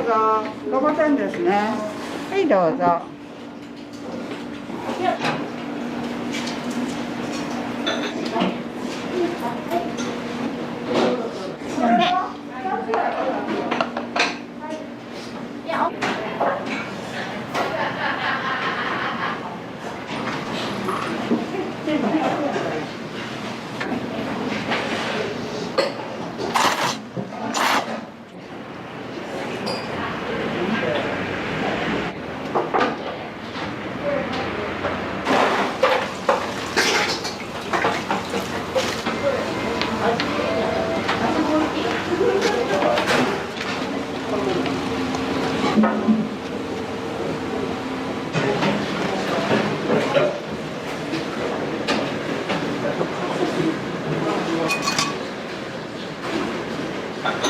お待たせしました。はいどうぞ。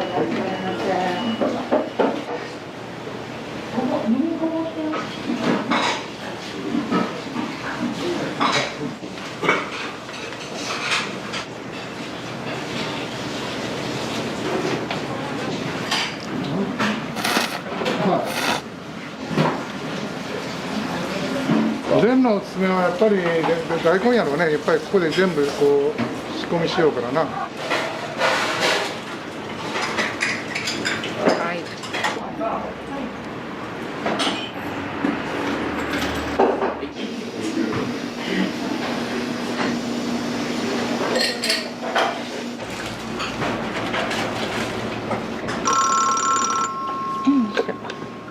もしもし、ありがとうございます。こ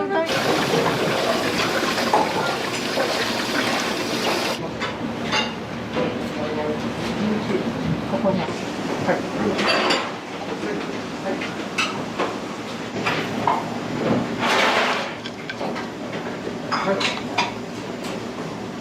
これどこ？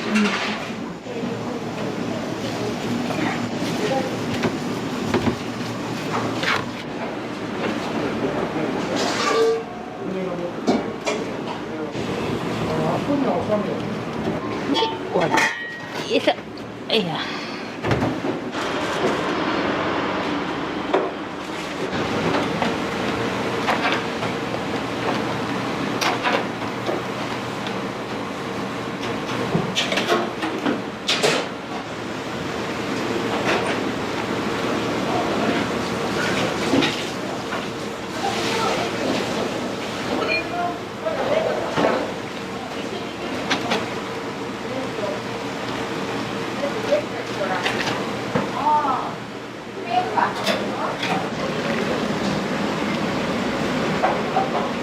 1790円になります。2000円お預かりします。ありがとうございました。上品な。上品。ありがとうございます。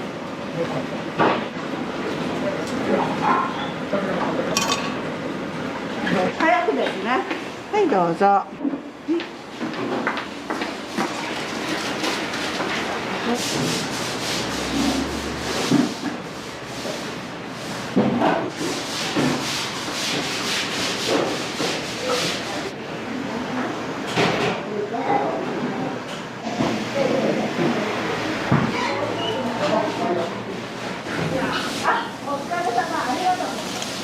脱サラしてサラシうどんっていううどん屋さんがあったんですよ。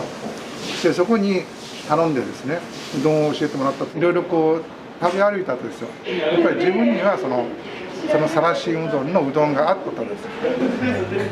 自分が好きやった。すごい食べた時にこれは美味しいなと思って、それでそこにこうその大将に頼み込んだんです。うどん屋さんしたいんやけどって言ったら、もうやめとけって言われたんですよ。もうサラリーマンしようって、あんたうどん屋さんなんてできるかって、あんたもう今のうちにもうさっさとやめとけって言われたんですよね、最初。でもやっぱり何回か頼みよったらしょうがないなって、まあ、やるかって話になって、その教えていただいた一からですね。もう何より近くなってきたら、もう8時までするかと。やっぱりこう仕事してるとやっぱりこう張り合いがありますもんね。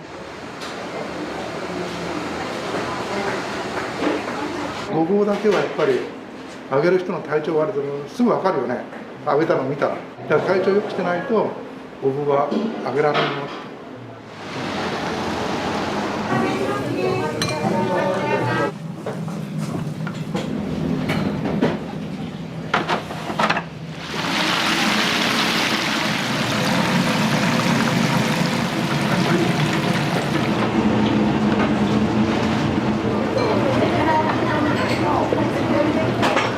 毎週のように来ます。ありがとうございます。まずはやっぱ味ですね。うどんの美味しさ。これが大変です。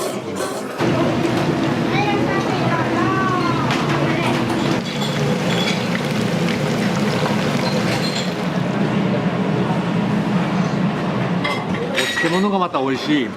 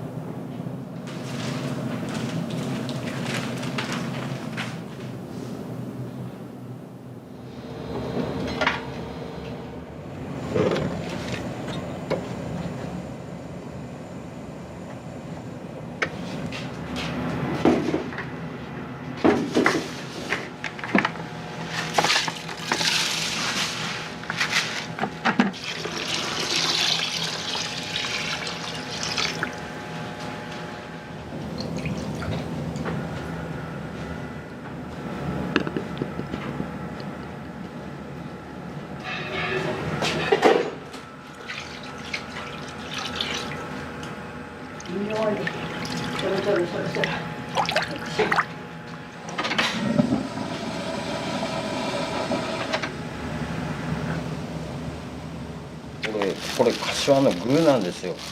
ここ具とご飯と別々にやってるんです。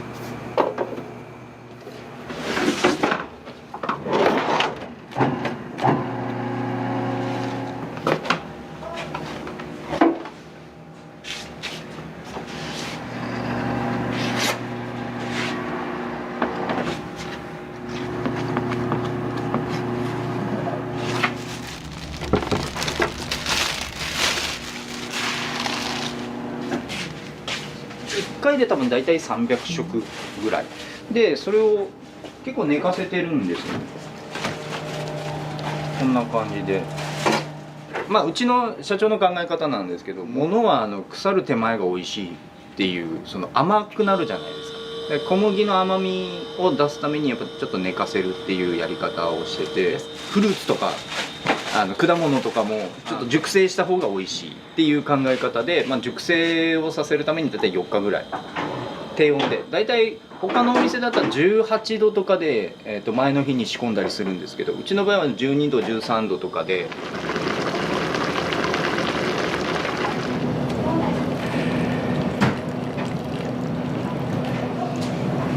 よし。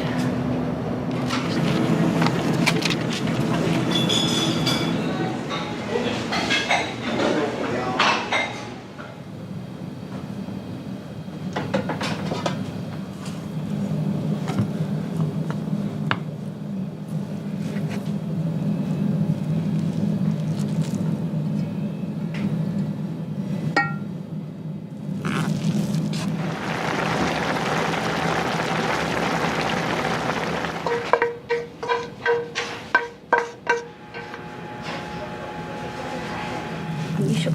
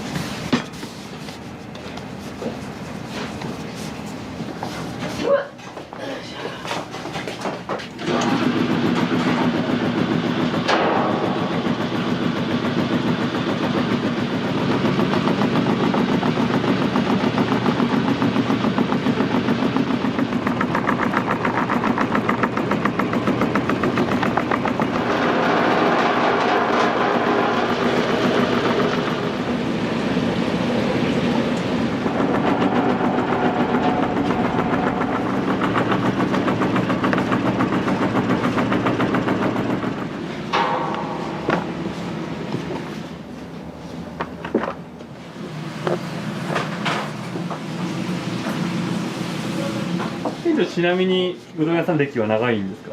僕は IT で10年いて、だいぶなんか路線変換というか全然違いますよね飲食の人たちって結構みんな明るいし柔らかいですよね。それは好きかなと思います。畑違いのところからやっとってんですね。そうですね、だいぶね。でなんか気づいたらうどん屋になってました。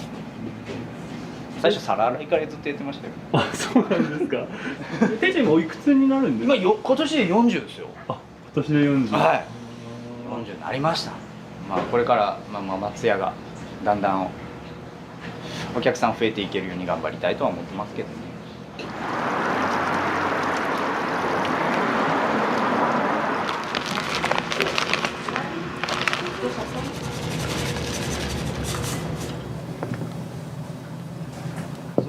利権さんがうち用にまず開発してくれた粉なんですよね。まあ結構天ぷらには結構力は入れてます。普通の粉と違うのは卵が入ってないですね。卵が入ってないのに結構サクッてする。卵が入ってないのでアレルギーの方とかにも全然問題なく食べていただけるような粉ですね。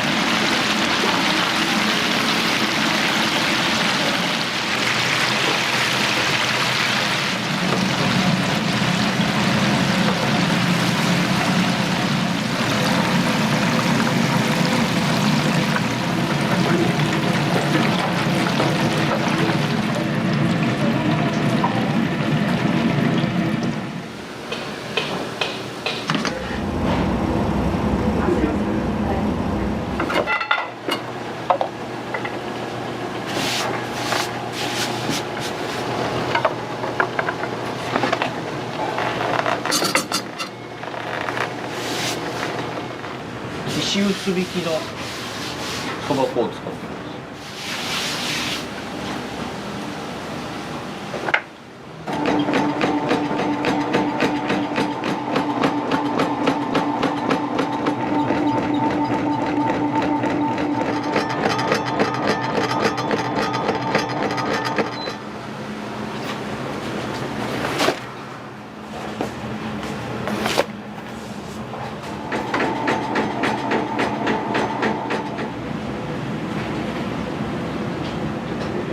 これはですね、これ1本だとちょっと弱い、でもこれ1本だと強いっていう感じで、まあ半々で割るとちょうどいい塩梅になるっていう感じです。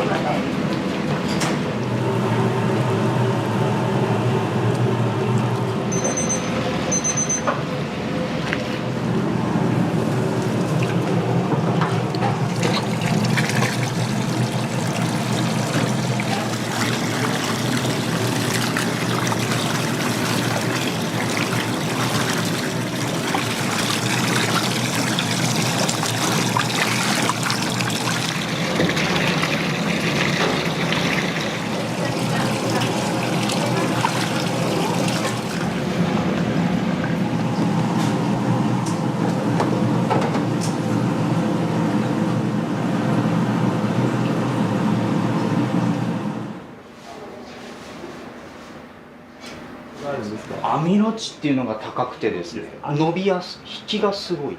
そう、コシは少ないんですけど、その粘りっていうか引きがすごい。こうすすった時に分かるんです。お、ビヨンって伸びるなみたいな。言い過ぎると餅みたいなに感じると思うんですけど、そのぐらい伸びるねっていうような。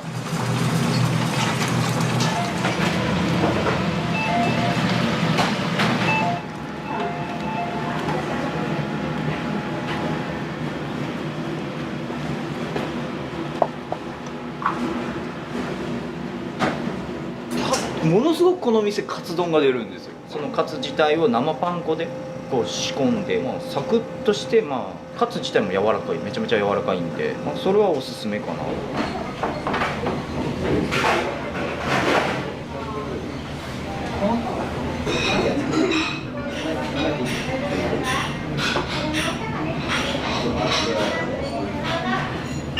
顔も商品、身なりも商品。相手のイメージは 80% 見た目で決まると言われています。それだけ第一印象が大切です。爽やか、清潔、礼儀正しさ、好印象を心がけましょう。声も商品、発言も商品、行動も商品、あなたの全てが商品なのです。お客様の前ではあなたを含めた全てが商品ということでございます。はい、じゃあ今日も一日よろしくお願いします。よろしくお願いします。AAO。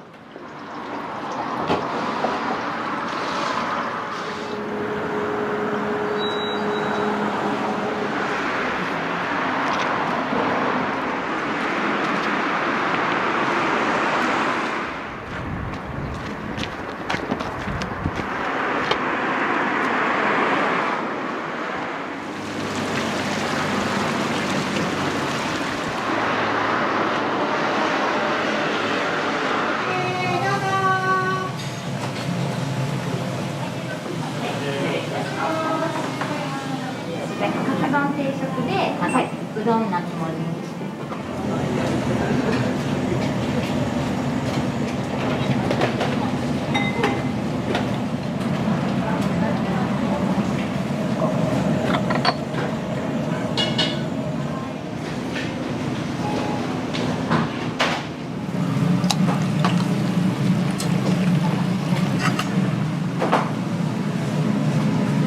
お待たせしました。カツ丼定食でお待ちのお客様。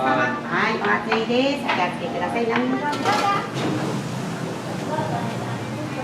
じゃあ、肉ごぼう天が2杯とおいなさん2皿ですね。お待ちください。は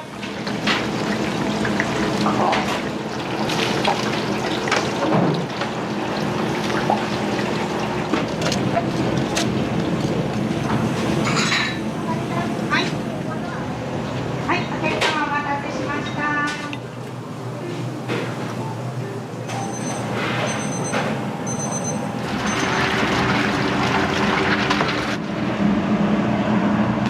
お客様、ざるそばの大盛りね。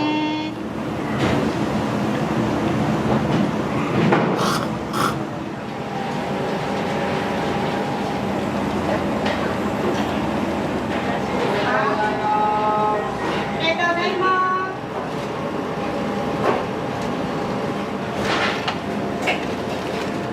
パン2枚お客様お待ちします。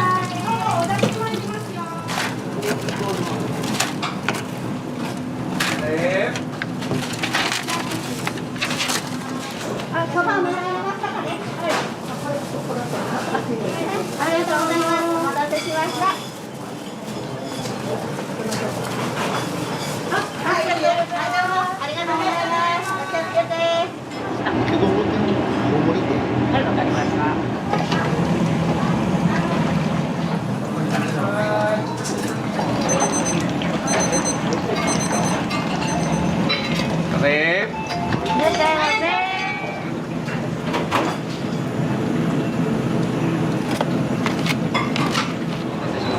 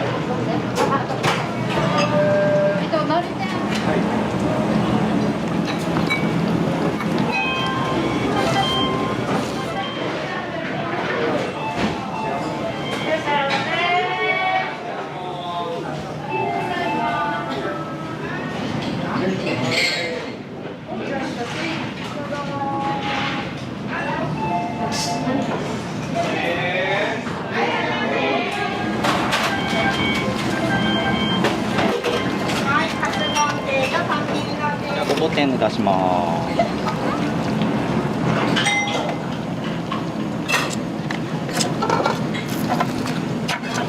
大丈夫だよ。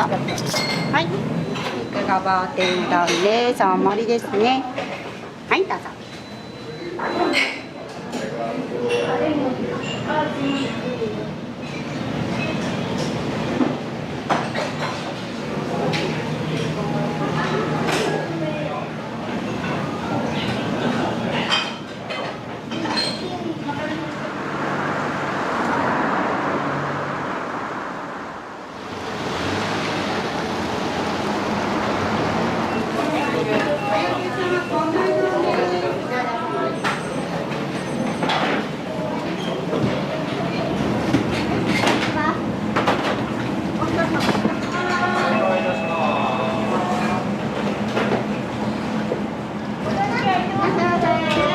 牛玉1入ります。は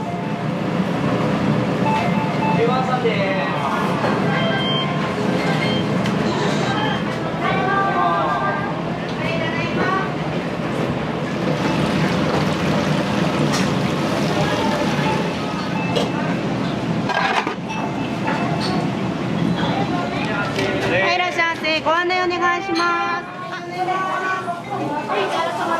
ちらでしょうか。ご案内ね。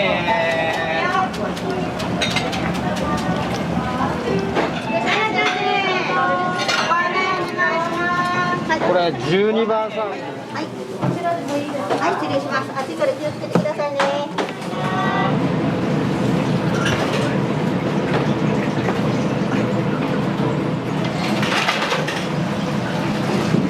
鴨ナンもいつでも大丈夫です。お願いします。3分経つです。は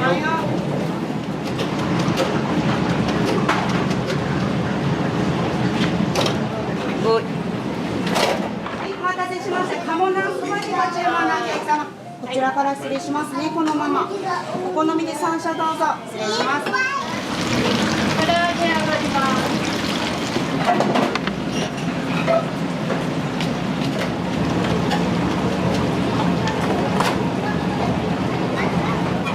改善お願いしていいですか。それがご案内です。2番さんです。はい、お伺いします。4番ご注文以上でよろしかったですか。はい。失礼します。はい、どんと味噌丼きます。どんと味噌丼14番さんで上がりですね。はい、持ってきます。14番さんです。はい、行きます。これでしょうか。味噌です。はい。お客様お待たせしました。こちらの味の別ちなみに今日は何を頼まれたんですか。特米うどん特米うどんの味噌和風ちゃんぽんみたいな感じのうどんですね。和風ちゃんぽん野菜が入ってるからボリュームありますね。美味しいです。あっさりして。いらっしゃいませ。私あと確実2枚です。これロースお待たせでお願いします。これが6番さん。はい。こ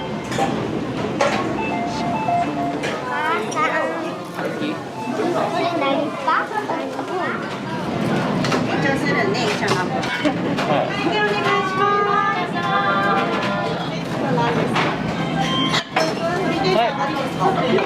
あ、鶏天で上がり。カツ丼定食、エビ天うどん、うどん定食のお刺身。じゃあよろしいですか？失礼します。はい、出ます。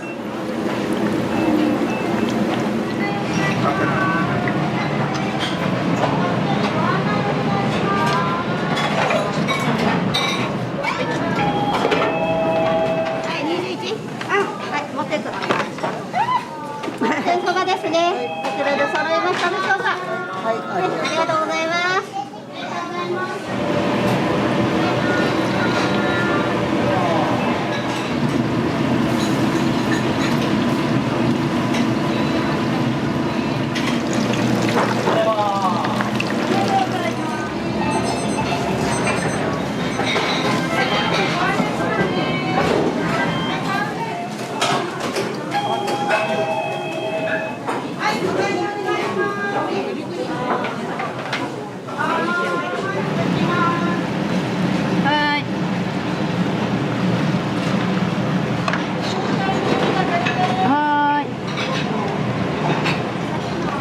願いします10番さんです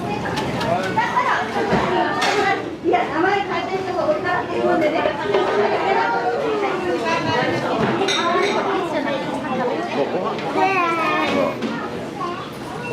おいしいおいしい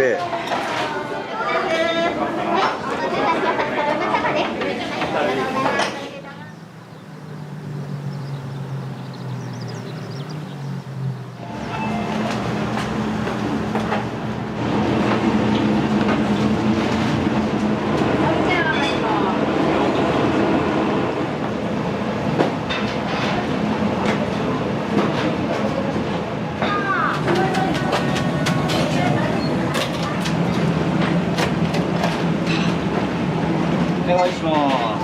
はい。丸天と丸ごぼうです。はい。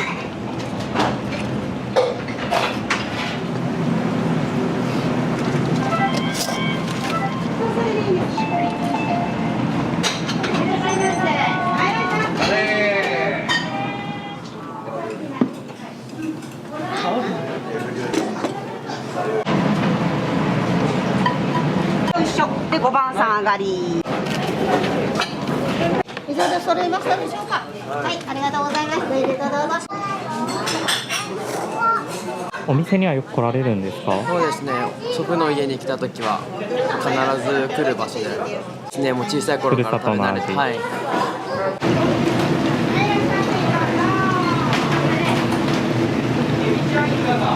ビちゃん上がります。カウンター3名様空いてます。はい、どうぞいいですよ。カウンターに3名様入られます。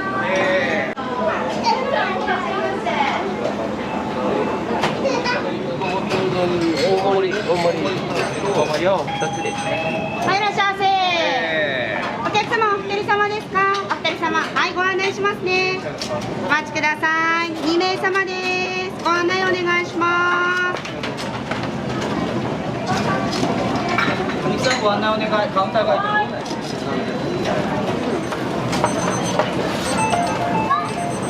ダブルワカメ。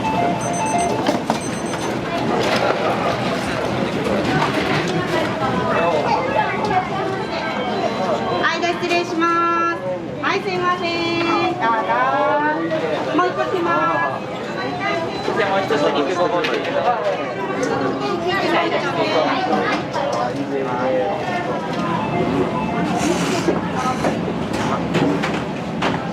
られるんですか？よく来ます。毎週のように来ます。ありがとうございます。私はわかめが好きなんで、わかめをもう一個さらにトッピングして食べてます。お願いします。また気をつけて。木曜日が定休日です。こちら丸天が2杯ですけど、どこ行きましょうか。お願いします。もう一個。はい。はい、失礼します。丼が拝見です。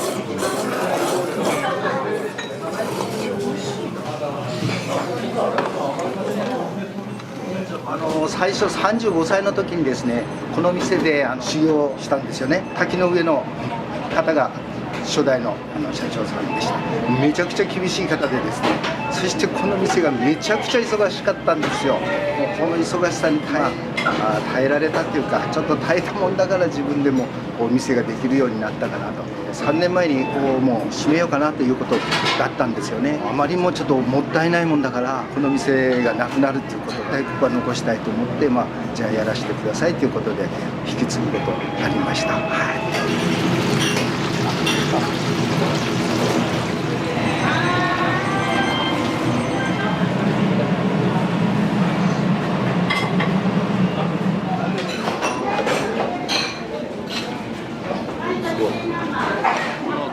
漬物がまた美味しい。はるばる来た甲斐があったね。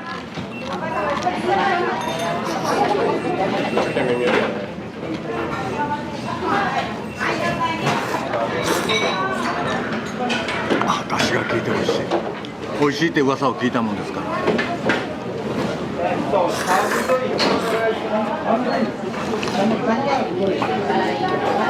で今こう讃岐うどんとかが片面がブームやけど、やっぱりこういった筑後の麺が僕は好きです。もともとはあまりこっちにおったんやけど、熊本から月2回ぐらい来ます。で必ずここに。お店のどういうところが好きで来られるんですか？まずはやっぱ味ですね。でうどんの美味しさ。それから店長とかなんとか非常に接客がいいかな。ということですね。で店も清潔や。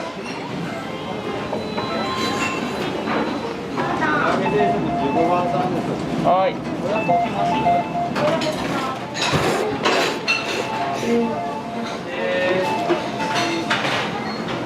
そうですね、大体週1ぐらいのペースで来てます。いつも頼むメニューとかありますか？毎回唐揚げ定食のご飯大盛りのマヨネーズトッピングで。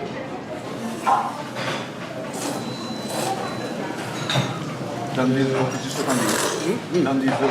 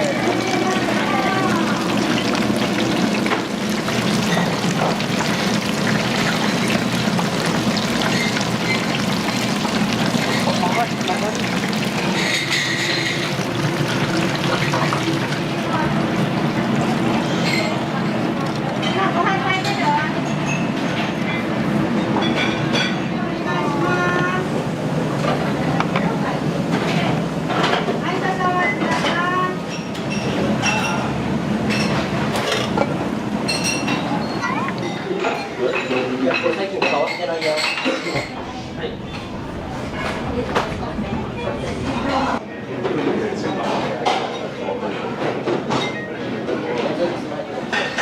これはあんたを落とすな。